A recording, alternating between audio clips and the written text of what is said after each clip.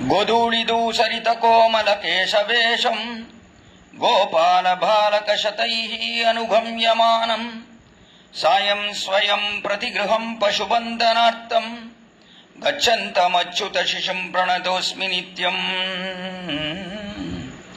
शतमकमणिनीराचारुकल्हारहस्ता स्तनवरनमिताङ्गी सान्द्रवात्सल्य सिन्धुः अलकविनिहिता विश्रग्भिराक्लिष्टनाथा विलसतु हृदि गोदा विष्णुचित्तात्मजानः गुरुमुखमनदीत्य प्राह वेदानशेषान् नरपति परिक्लिप्तं शुल्कमादातु कामः स्वसुरममरवन्द्यं रङ्गनाथस्य साक्षात् द्विजकुलतिलकन्तं विष्णुचित्तं नमामि कषायशोभिकमनीयशिखानिवेशं दण्डद्रयोज्ज्वलकरं विमलोपवीतम् युद्धद्दिनेशनिभमुल्लसदूर्ध्वपुण्ड्रं रूपं तवास्तु यतिराजदृशोर्ममाग्रे श्रीमत्यै विष्णुचित्तार्य मनोनन्दन हेतवे नन्दनन्दन सुन्दर्यै गोदायै नित्यमङ्गलम्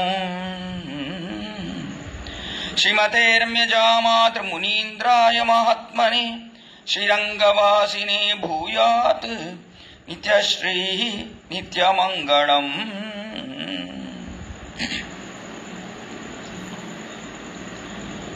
परित्राणाय साधूनां विनाशाय च दुष्कृतां धर्म संस्थापनार्थाय संभवामि युगे युगे என்று சொல்லக்கூடியது ஸ்ரீ கீதாச்சாரியனுடைய அற்புதமான திருவாக்கு. ஸ்ரீ கீதையிலே சாதுக்களை நன்றாக ரட்சிப்பதற்காகவும் கெட்டவர்களை அழிப்பதற்காகவும் தர்மத்தை நிலைநாட்டுவதற்காகவும் இந்த லோகத்திலே ஒவ்வொரு யுகத்திலேயும் நான் வந்து திருவோதாரம் பண்ணுகிறேன் என்பது கீதாச்சாரியனுடைய அற்புதமான திருவாக்கு.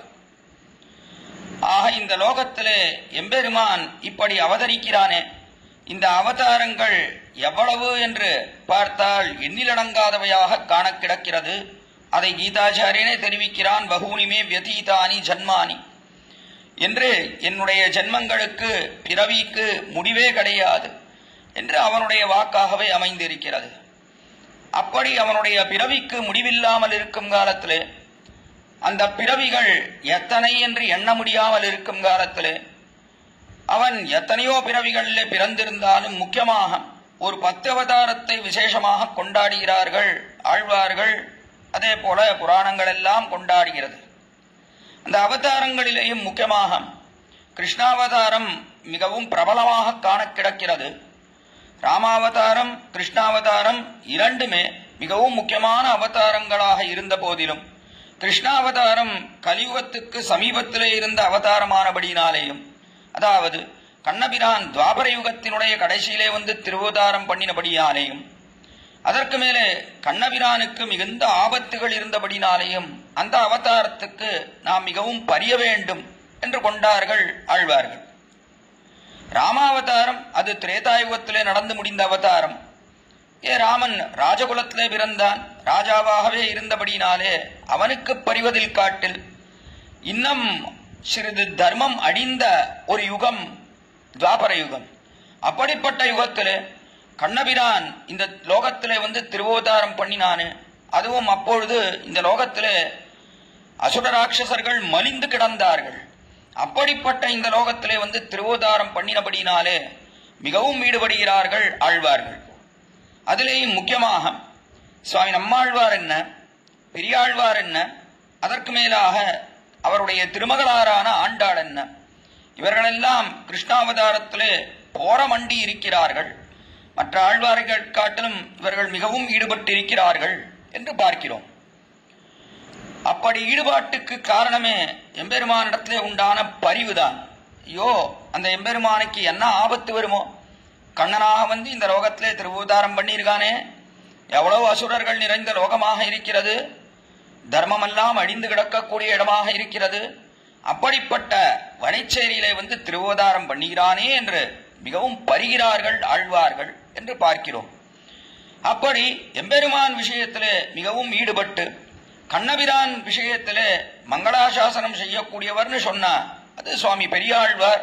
அதுல எந்த சந்தேகம் கிடையாது. மங்களாசாசனத்தில் மத்துள்ள வாழ்வார்கள் தங்களார்வத்து அளவுதான் அன்னி பொங்கும் பரிவாலே வில்லிபுத்தூர் பட்டபிரான் பெற்றான் பெரியாழ்வார் என்னும் பெயர் என்று. பெரியாழ்வார் என்கிற பெயரே எதனாலே அவருக்கு ஏற்பட்டது? மிகவும் பெரியவர். பெரியவர்னு என்ன அர்த்தம்? சம்பிரதாயத்திலே பெரியவர்னு சொன்னா கலக்கத்தோடே கூடினவர்னு அர்த்தம். மிகவும் கலங்கினவர். எம்பெருமானுக்கு என்ன ஆபத்து வருமோ என்ன ஆபத்து வருமோ, அதுவும் இந்த லோகத்திலே வந்து பிறந்துட்டானே என்று சொன்னான். அதற்கு சேர மிகவும் கலக்கத்தை கொண்டவராக காண கிடக்கிறார் பெரியாழ்வார். கண்ணனாக வந்து திருவதாரம் பண்ணினானே, எவ்வளவு தீமை நிறைந்த இந்த தேசத்திலே இந்த யுகத்திலே, அதுவும் அசுரர்கள் மலிந்த இடத்திலே இப்படி வந்து பிறந்தானே என்று மிகவும் அதுக்கு ஈடுபட்டு பல்லாந்து பாடக்கூடிய ஆழ்வார்னு சொன்னா பெரியாழ்வார்னு பார்க்கிறோம். ஆக பொங்கும் பரிவு இவருக்கு உண்டானது. மற்ற ஆழ்வார்களுக்கெல்லாம் பெருமான் விஷயத்திலே பரிவிருந்தால் பெரியாழ்வாருக்கு பொங்கும் பரிவு இருக்கிறபடினாலேயே வில்லிபுத்தூர் பட்டர்பிரான் பெற்றான் பெரியாழ்வார் என்னும் பெயர்னு காட்டினார் மணவாள மாமுனிகள். அதனாலேயே வில்லிபுத்தூர்ல அவதரித்த பட்டர்பிரான் அவர் பெரியாழ்வார் என்கிற திருநாமத்தை அடைந்தார். காரணம் கலக்கம். பெருமானுக்கு என்ன ஆபத்து வருமோன்னு கண்ணனிடத்திலே உண்டான கலக்கம். அந்த கலக்கத்துக்கு அனுகுணமாகத்தான் பாசுரங்கள் எல்லாம் அமைந்திருக்கிறது பெரியாழ்வாருடைய திருமொழியிலே என்று பார்க்கிறோம். பெரியாழ்வார் திருமொழி அதனுடைய அனுபவமாகத்தான் இப்பொழுது நாம் அனுபவிக்க இருக்கிறோம். இந்த ஆச்சரியமான திவ்ய பிரபந்த தாரை என்று சொல்லக்கூடிய ஆச்சரியமான ஒரு உபன்யாச மாலை. இந்த உபன்யாச மாலை இந்த வருடம் பூர்வமாக நடக்க இருக்கிறது. அதை முக்கியமாக நடத்தக்கூடியவர் ஸ்ரீமத் வேதமார்க்க பிரதிஷ்டாபனாச்சாரிய உபய வேதாந்த பிரவர்த்தகராய் பரமம்ச பரிபிராஜகாச்சாரியராக எழுந்தருள் இருக்கக்கூடிய யதுகிரி எதிராஜ நாராயண ராமானுஜ ஜீயர் சுவாமி. அப்படிப்பட்ட சுவாமியானவர் அவர்தான் இந்த ஒரு ஆச்சரியமான உபன்யாச மாலையை ஏற்பாடு செய்து அதன் வழியாக திவ்ய பிரபந்த பாசுரங்களுடைய அர்த்தம் அது எல்லோருக்கும் சென்று சேர வேண்டும் என்று திருவுள்ளம் பற்றி இந்த ஆச்சரியமான ஓர் உபன்யாச மாலையை ஏற்பாடு செய்திருக்கிறார் சுவாமி. அப்படிப்பட்ட சுவாமியினுடைய திருவடி பலத்தையே கொண்டு இவ்விடத்திலே இன்று நாம் அனுபவிக்க வேண்டிய விஷயம் பெரியாழ்வார் திருமொழியிலே முதல் பத்திலே இரண்டாம் திருமொழி. அந்த திருமொழியினுடைய அர்த்த விசேஷங்களை அனுபவிக்க வேண்டும். முதல்ல பெரியாழ்வார் திருவுவதரித்தார் ஸ்ரீவில்லிபுத்தூர்லே. ஸ்ரீவில்லிபுத்தூர்லே திருவுவதாரம் பண்ணி பிற்பாடு பெரியாழ்வாரை கொண்டு எம்பெருமான் பாண்டியராஜ சதஸிலே தானே அறப்பெரியவன் என்பதை நிலைநாட்ட வேண்டும் என்று திருவுள்ளம் பற்றி இவரை பாண்டியராஜ சதத்துக்கு அனுப்பினான்.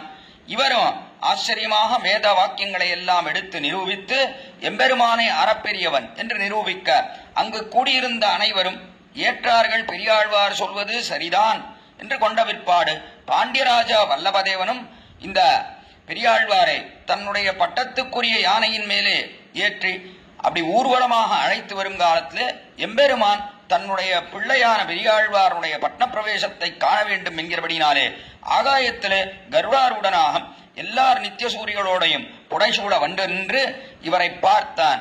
பார்த்தவுடனே பெரியாழ்வாரும் அவனை சேவித்தார். சேவித்தவுடனே பொறுக்கவில்லை பெரியாழ்வாருக்கு. ஆனையின் மீதே இருக்கக்கூடிய மணி, அந்த மணிகளை எடுத்து அவைகளையே தாளமாக கொண்டு பெரியாழ்வார் எம்பெருமானுக்கு பல்லாண்டு பல்லாண்டு பல்லாயிரத்தாண்டு பல கோடி நூறாயிரம்னு தொடங்கி ஆச்சரியமான திருப்பல்லாண்டை பாடினார். அவ்விடத்திலே அப்படி திருப்பல்லாண்டை பாடின பிற்பாடு ஸ்ரீவில்லிபுத்தூருக்கு வந்து சேர்ந்தார். பெரியாழ்வாராலே பொறுக்க முடியவில்லை. எம்பெருமானோடைய சேர வேண்டும், அவனோட கூட வேண்டும், இந்த லோகத்திலே வந்து இப்படி திருவோதாரம் பண்ணுகிறானே இந்த எம்பெருமான் என்று நினைத்து அப்படி எழுந்தருளி இருக்கும் காலத்திலே எம்பெருமானும் இவருக்கு ஆச்சரியமான அனுகிரகத்தை பொழிந்தான். அஜானத்தை அடியோடு போக்கியிருந்தான். பக்தி ரூபாபண்ண ஞானத்தை கொடுத்திருந்தான் எம்பெருமான். மயர்வேற மதிநலம் அருளப்பெற்றார் இந்த ஆழ்வார்.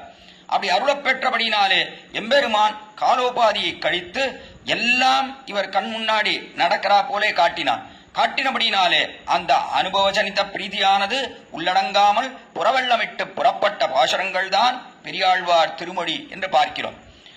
அப்படி அனுபவிக்கும் காலத்துல இந்த பெரியாழ்வார் திருமொழியிலே பாசுரம் தோறும் பெரியாழ்வார் எம்பெருமானுக்கு மங்களாசாசனம் செய்து வருகிறார் என்பதுதான் இந்த ஆழ்வாருக்குண்டான தனிச்சிறப்பு. படிப்பட்ட பெரியாழ்வார் அவர் அருளி செய்யக்கூடிய பெரியாழ்வார் திருமொழி அது அடுத்த திவ்ய பிரபந்தம். இவராலே அருளி செய்யப்பட்டது 2 திவ்ய பிரபந்தம், ஒன்று திருப்பல்லாண்டு, மற்றொன்று பெரியாழ்வார் திருமொழி. இந்த பெரியாழ்வார் திருமொழியிலே அதுல முதல் பதிகம் வண்ணமாடங்கள் சூர் திருக்கோட்டியூர் என்கிற பதிகத்தினுடைய அர்த்த விசேஷங்களை நாம் அனுபவித்து முடித்தோம் கீழே. அடுத்தபடியாக 2வது பதிகம், அந்த பதிகம் சீதக்கடல் உள்ளமுதன்ன தேவகி என்று தொடங்கக்கூடிய ஆச்சரியமான 21 பாசுரங்கள் கொண்ட அற்புதமான ஒரு பதிகம். அந்த பாசுரங்களுடைய அர்த்தத்தை இப்பொழுது நாம் அனுபவிக்க இருக்கிறோம். கீழே முதல் பதிகத்திலே வண்ணமாடங்கள் சூழ் திருக்கோட்டியூர் கண்ணன் கேசவன் நம்பி பிறந்தினள் என்ன சொன்னம் எதிரெதிர் தூவிடா கண்ணன் முத்தம் கலந்தலராயித்தேன்னு கண்ணன் கேசவன் நம்பி பிறந்தினல்னு தொடங்கி கடைசியில முடிக்கும் காலத்துல மண்ணு நாரணன் நம்பி பிறந்தமைன்னு தெரிவித்து முடித்தார். கடைசியில முடிக்கும் காலத்துல மண்ணு நாரணன் நம்பி பிறந்தமை என்று நாராயணன் தான் இப்படி கண்ணனாக வந்து திருவதாரம் பண்ணினான், அவன் பிறந்தமையை நாமும் அனுபவித்தோம்னு சொல்லி அந்த ஒரு 10 பாட்டுக்களை அவ்விடத்திலே தலை கட்டினார் பெரியாழ்வார். அப்படி பிறந்துடுத்து குழந்தையானது கண்ணபிரான் வந்து திருவதாரம் பண்ணினான் வண்ணமாடங்கள் சூழ் திருக்கோட்டியூர்னு அவ்விடத்துல அந்த விசேஷார்த்தங்களை எல்லாம் கீழே அனுபவிக்க பெற்றோம். இங்கு வந்து திருவதாரம் பண்ணினான் கண்ணபிரான். பண்ணின உட்பாடு அந்த குழந்தையை பார்க்கிறார். பார்த்தா என்ன அழகு, என்ன அழகு, அந்த அழகை அனுபவிக்க வேண்டும் என்று யசோதா பாவனையிலே அனுபவிக்கிறார் இவ்விடத்திலே பெரியாழ்வார். குழந்தை ரொம்ப அழகா இருந்தா என்ன பண்றா அப்படின்னா எல்லாருக்கும் காட்டணும்னா யசோதைக்கு ரொம்ப ஆசை. அக்கம் பக்கத்துல இருக்கிறவா எல்லாரையும் அழைச்சு இவனுடைய குழந்தையினுடைய அழகை பார்த்தேடா, என்ன அழகு, என்ன அழகு, பாதத்திலேருந்து ஆரம்பித்து கடைசி கேசம் பரியந்தம் எல்லா அங்கங்களும் எவ்வளவு அழகா இருக்கு, எவ்வளவு அழகா இருக்கு, என்ன பொருந்தி இருக்கு, ஒன்னும் என்ன சௌந்தரியம், என்ன லாவண்யம், இதை எல்லாரும் பார்த்தீர்களான்னு எல்லாரையும் அழைத்து காட்டக்கூடிய அத்தியுதமான பதிகம்தான் 2வது பதிகம் முதல் 10 2ஆம் திருமொழியாக அமைந்தது. அப்படிப்பட்ட ஆச்சரியமான பாசுரங்கள் நிறைந்ததுதான் இவ்விடத்திலே திருப்பாதத்திலிருந்து தொடங்கி கடைசியிலே திருமுடி பரியந்தம் பூர்ணமாக அனுபவிக்கிறார் இந்த 20 பாசுரத்திலே பெரியாழ்வார். அதுல முதல் பாசுரத்தாலே சீதக்கடல் உள்ளமுதன் நதேவகி கோதைக்குழலால் அசோதைக்கு போத்தந்தா பேதைக்குடவி பிடித்து சுவைத்துண்ணும் பாதக்கமலங்கள் வந்து காணீரே பவளவாயீர் வந்து காணீரே. இது முதல் பாசுரம். சீதக்கடல் உள்ளமுதன் தேவகி, சீதக்கடல் என்று கடலானதற்கு அது சீதம்னா குளிர்ந்து இருக்கக்கூடிய சமுத்திரம்.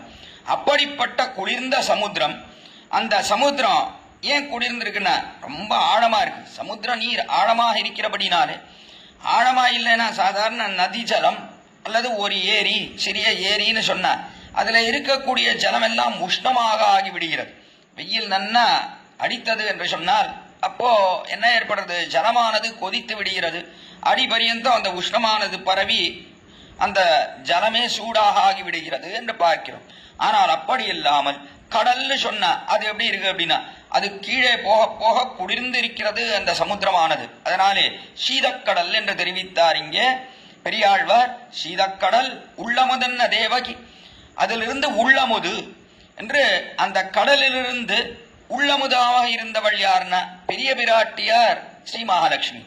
இந்த காலத்துல ஒரு வித்யாதர் பெண் பிள்ளை எம்பெருமானை திருப்பார் கடல்லே ஸ்தோத்திரம் பண்ண, எம்பெருமானோ அவனுடைய அனுகிரகமாக பிராட்டியினுடைய கடாட்சத்துக்கு அனுகுணமாக ஒரு ஆச்சரியமான மாலை எடுத்துக் கொடுக்க, அந்த வித்யாதர பெண் பிள்ளை அந்த மாலையை யாம்பெரு சம்மாந்தம் என்று சுமந்து வரும் காலத்துல எதிர துர்வாச முனிவர் வந்த அந்த மாலை அந்த பெரியவருக்கு கொடுக்கலாம் என்று அந்த முனிவருக்கு கொடுத்தார். கொடுத்த உடனே அந்த முனிவரும் தலையாரை சுமந்து கொண்டு நடந்து போகும் காலத்திலே இந்திரன் 33 கோடி தேவதைகள் புடைசூட அப்படி பவனி வந்தான். அப்படி வருங்காலத்திலே ஐராவத யானையின் மேலே ஏறிக்கொண்டு வருகிறான். துர்வாசனம் இந்த இந்திரன் 3 லோகத்துக்கும் தலைவன், இவனுக்கு ஒரு பரிசு கொடுப்போம் என்று மாலை எடுத்து கொடுத்தார். இந்திரன் மிகவும் அகங்கார பூயிஷ்டனாக இருந்தான். அதனாலே யானைப்பாகனையேவ யானைப்பாகன் யானையேவ, யானையானது துர்வாசர் கையிலே இருக்கக்கூடிய மாலையை தன் துதிக்கையாலே வாங்கி காலிலே இட்டு துகைந்தது மாலை. துர்வாசர் கோபம் கொண்டார். ஐஸ்வர்யத்தாலே நீ மதம் பிடித்தவனாக இருக்கிறாய், உன்னுடைய ஐஸ்வர்யங்கள் எல்லாம் ஒழியட்டும் என்று தெரிவித்தவாறு எல்லா ஐஸ்வர்யமும் சென்று சமுத்திரத்திலே ஒழிந்து மறைந்தது.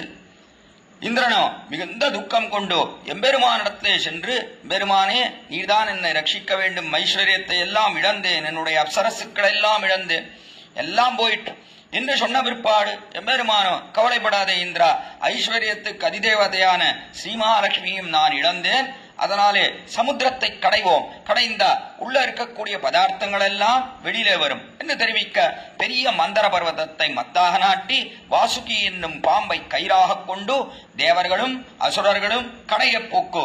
கடைசியில 2 பேரும் கடைய முடியாமல் கீழே விட கடைசியில எம்பெருமான் அவனை கடைந்தான் 1000 தோளால், அலைகடல் கடைந்தான், அரங்கமா நகரமர்ந்தானே என்று 1000 கைகளை கொண்டு அலைகடலை கடைந்தான். கடைந்து அதிலிருந்து பல பதார்த்தங்கள் வந்தது. அப்படி வந்த பதார்த்தங்கள் அஸ்வாப்சரோ, விஷசுதா, விது, பாரிஜாத என்று இந்த பதார்த்தங்கள்லாம், பாரிஜாதம் வந்தது, அப்சர ஸ்திரீகள் எல்லாம் வந்தார்கள், உச்சைஸ்ரவஸ் என்கிற குதிரை வந்தது, அதற்கு பிற்பாடு ஆராகனம் என்கிற விஷம் வந்தது. இப்படி பல பதார்த்தங்கள் வந்து கடைசியில் அதிலிருந்து அமிர்தமும் வந்தது. அமிர்தம் வந்தது இருக்கட்டா, அதுக்கு மேலே ஒரு பதார்த்தம், அதான் லக்ஷ்மியா என்று லக்ஷ்மி வந்து சேர்ந்தால் கடைசியில சமுத்திரத்திலிருந்து கடைந்த காலத்துல இந்த ஐஸ்வர்யத்துக்கெல்லாம் அதிதேவதையா இருக்கக்கூடிய ஸ்ரீமகாலட்சுமி அவள் வந்தாள். அவள் வந்து எம்பெருமானுடைய வக்ஷஸ்தத்தை ஏறி மறைந்தாள் என்று பார்க்கிறோம். இடத்துல ததஸ்புர காந்திமதி விகாசி கமலே ஸ்திதா ஸ்ரீதேவி பயசஸ்தஸ்மாத் உத்திதா திருதபங்கஜா திவ்ய மால்யாந்தரதரா ஸ்நாதா பூஷண பூஷிதா பஷ்யதாம் சர்வதேவானாம் யயோ வக்ஷஸ்தலம் அரே என்று எம்பெருமான் கடைந்த காலத்துல நல்ல ஆச்சரியமாக ஸ்நானம் செய்து அலங்காரம் செய்யப்பட்டவளாக அற்புதமான திருவாபரணங்கள் அதையெல்லாம் பூண்டவளாக ஆச்சரியமாக வந்து எம்பெருமானுடைய திருமார்பிலே ஏறி யயோ வக்ஷஸ்தலம் அரே அரியனுடைய வக்ஷஸ்தலத்திலே ஏறி மறைந்தாள் பிராட்டி என்று பார்க்கிறோம். அதுதான் உள்ளமுதாக இருக்கக்கூடிய சீதக்கடல், உள்ளமுதன்ன தேவகி உள்ளமுதாக இருக்கக்கூடியவள் பெரிய பிராட்டியார் என்று பார்க்கிறோம். எம்பெருமான் அத்தனை காரியம் செய்தானே, அண்ணல் செய்து அலைகடல் கடைந்து அதனுள் கண்ணுதல் நஞ்சுண்ண கண்டவனே விண்ணவர முதுன அமுதில் வரும் பெண்ணமுதுண்ட எம்பெருமானையும் தெரிவித்தார் திருமங்கை ஆழ்வார். அண்ணல் செய்து இங்கேயும் அங்கேயும் ஓடினா, பெரிய சுவாமியா இருந்து காரியம் எல்லாம் பண்ணினா, அண்ணல் செய்து அலைகடல் கடைந்து அதனுள் கண்ணுதல் நஞ்சுண்ண கண்டவனே, அதிலிருந்து நஞ்சு விஷம் ஆலாகலன்ற விஷம் வந்தது, அதை நுதல் நஞ்சு அதாவது கண்ணுதல் கண்ணை நுதலிலே நெத்தியிலே உடைய லலாட்ட நேத்திரனான ருத்ரனுக்கு அந்த நஞ்சை கொடுத்தான். கடைசியிலே விண்ணவர முதுன தேவதைகளுக்கெல்லாம் அமிர்தத்தை கொடுத்தான். பெண்ணமுதுண்ட வெம்பெருமான் தான் பெண்ணமுதாகிய அந்த பெரிய விராட்டியார் அவள் கையை பிடித்தான், அவள் மார்பிலே இருந்து மறைந்தாள் என்று அற்புதமான விற்த்தாந்தத்தை பார்க்கிறோம். அவள் எப்படி ஆச்சரியமான அலங்காரத்தோட கூடியிருந்தாளோ அதே போலத்தான் தேவகியும் இங்கிருக்கிறார், யசோதையும் இங்கிருக்கிறார். அதை ஆச்சரியமா காட்டுகிறார் இங்கே. சீதக்கடல் உள்ளமுதன்ன தேவகி ஓதை குடலா அசோதைக்கு போ என்று தேவகி அதே சுபாவத்தோட கூடின தேவகி. இங்கே யசோதை அவளும் நன்னா அலங்கரித்துக் கொண்டிருக்கிறாள். அதே போல அந்த ஸ்வபாவம் இருக்கே, அது யாருக்கு இருந்ததுன்னா தேவகிக்கு இருந்தது. அந்த ஸ்வபாவம் அதாவது என்ன, உபகாரம் செய்யக்கூடிய ஸ்வபாவம், மிகுந்த உபகாரத்தோட கூடின ஸ்வபாவம் அது யாருக்கு இருந்தது, தேவகிக்கு இருந்தது. காரணம் என்னன்னா, எம்பெருமானையே உபகரித்தாள் இல்லையோ, இந்த லோகத்துக்கு எம்பெருமானையே கொடுத்தாள். பெரிய பிராட்டியார் எப்படி பரோபகாரைக்க தேசியாக இருக்கிறாளோ, எப்பொழுதும் பரோபகாரம் பண்ண வேணும்னு அதிலேயே ஊற்றத்தோட கூடியிருக்காளோ, மற்ற பேருக்கு உபகாரம் பண்ணும்னா ஜீவாத்மாவையும் பரமாத்மாவையும் சேர்த்து வைக்க வேண்டும். ஜீவாத்மாவுக்கும் உபகாரம் பண்ணணும், பரமாத்மாவுக்கும் உபகாரம் பண்ணும். பரமாத்மா அவன் தன் சொத்தை இழந்து கிடக்கிறான், சுவாமியானவன் அவன் சொத்து அவனுக்கு கிடைக்கும்படியாக செய்து அவனுக்கு உபகாரம் பண்ணணும். ஜீவாத்மா அவன் நாசத்தை அடைகிறான், இந்த லோகத்திலே மாறி மாறி பிறந்து, அப்படிப்பட்டவன் எம்பெருமானோட சேர்ந்து வாழ்ந்து போக வேண்டும் என்று ஜீவாத்மாவுக்கும் உபதேசம் பண்ணி இவனையும் சேர்த்து வைக்கிறாள் எம்பெருமானோடே, பரமாத்மாவையும் சேர்த்து வைக்கிறாள் இவனோடே. அப்படி உபகாரம் பண்ணுவதே தனக்கு தன்மையாக கொண்டிருக்கிறாள் பெரிய பிராட்டியார். அப்படிப்பட்ட அந்த தன்மையோட கூடினவள் தான் தேவகியும் கூட. நமக்காக கண்ணபிரானையே உபகரித்தாளே. எங்கேயோ மதுரையில பிறந்தா, அங்கிருந்து கோகுலத்துக்கு வந்து சேரும்படியாக யசோதை மகனாக வளரும்படியாக ஒருத்தி மகனாய் ஒடித்து வளரா என்று தெரிவிக்கிற கிரமத்தில் இங்கு வந்து சேரும்படியாக உபகரித்தாளே, அவள்தான் பெரிய பிராட்டியாருக்கு சமமாக இருக்கக்கூடிய தேவகி என்று ஆச்சரியமாக கொண்டாடுகிறார் பெரியாழ்வார். விடத்தே சீதக்கடல் உள்ளமுதன்ன தேவகி கோதைக்குழலால் அசோதைக்கு போத்தந்தா. கோதைக்குழலால் அசோதைக்கு, அந்த கோதைக்குழல் தேவகி அவள் பெற்றதை என்ன பண்ணா, எப்படி உபகரித்தாள்னா யசோதைக்கு போத்தந்தா.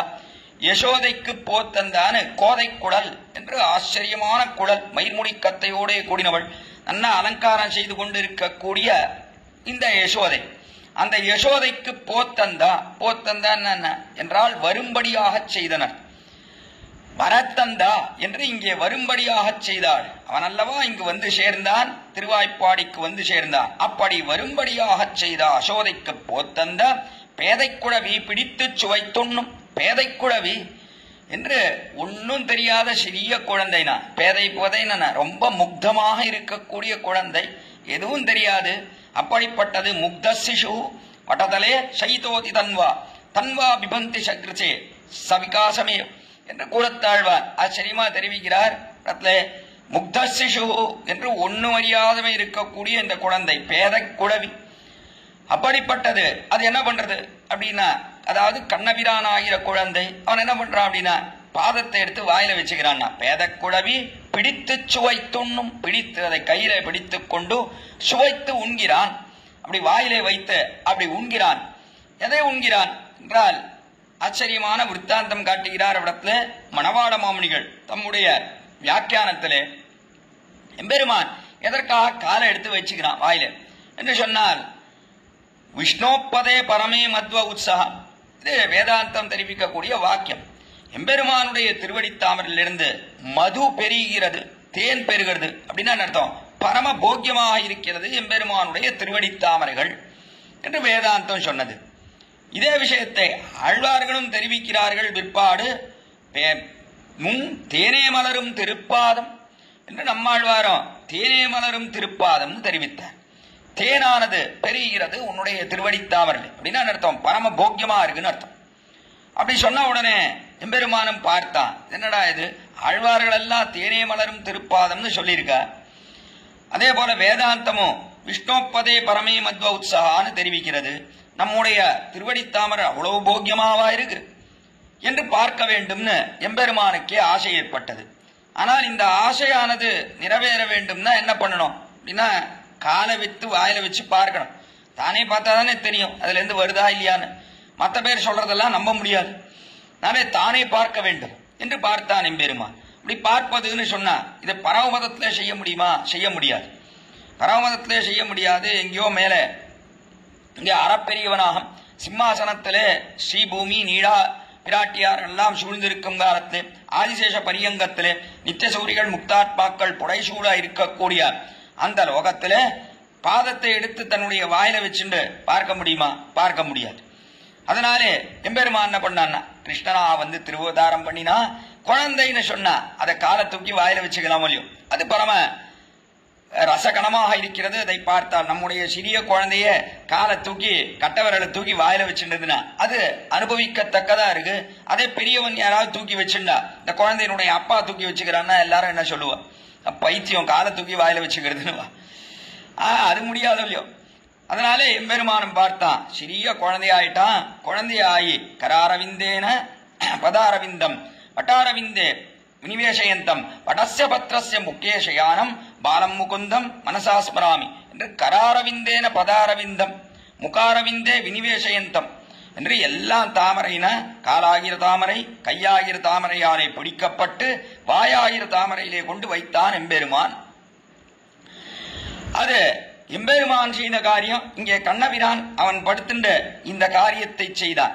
எதனாலே பண்ணினான்னா, கடைசியில வாயில இட்டு பாட்ட பிற்பாடு ஆஹா பரமபோக்கியமா இருக்குன்னா உண்மைதான் உண்மைதான் என்று எப்படி எம்பெருமானானவன் இந்த லோகத்திலே தசரதாத்மஜாக வந்து திருவோதாரம் பண்ணினானோ அப்படி பண்ணி அவன் செய்த காரியம் என்ன அப்படின்னா, எல்லாரும் எம்பெருமானுக்கு திருவாராதனம் பண்ணுவது என்று சொன்னார் அது பரமபோக்கியமாக இருக்கக்கூடியது ஒன்று என்று எல்லாரும் கொண்டாடுகிறார்கள். கொண்டாடினபடினாலே பார்த்தான் எம்பெருமான் தானோ அதனாலே தனக்குத்தானே திருவாராதனம் பண்ணிக்க பரமபதத்துல விடுவர்களா? ஒரு நாளும் விடமாட்டான்.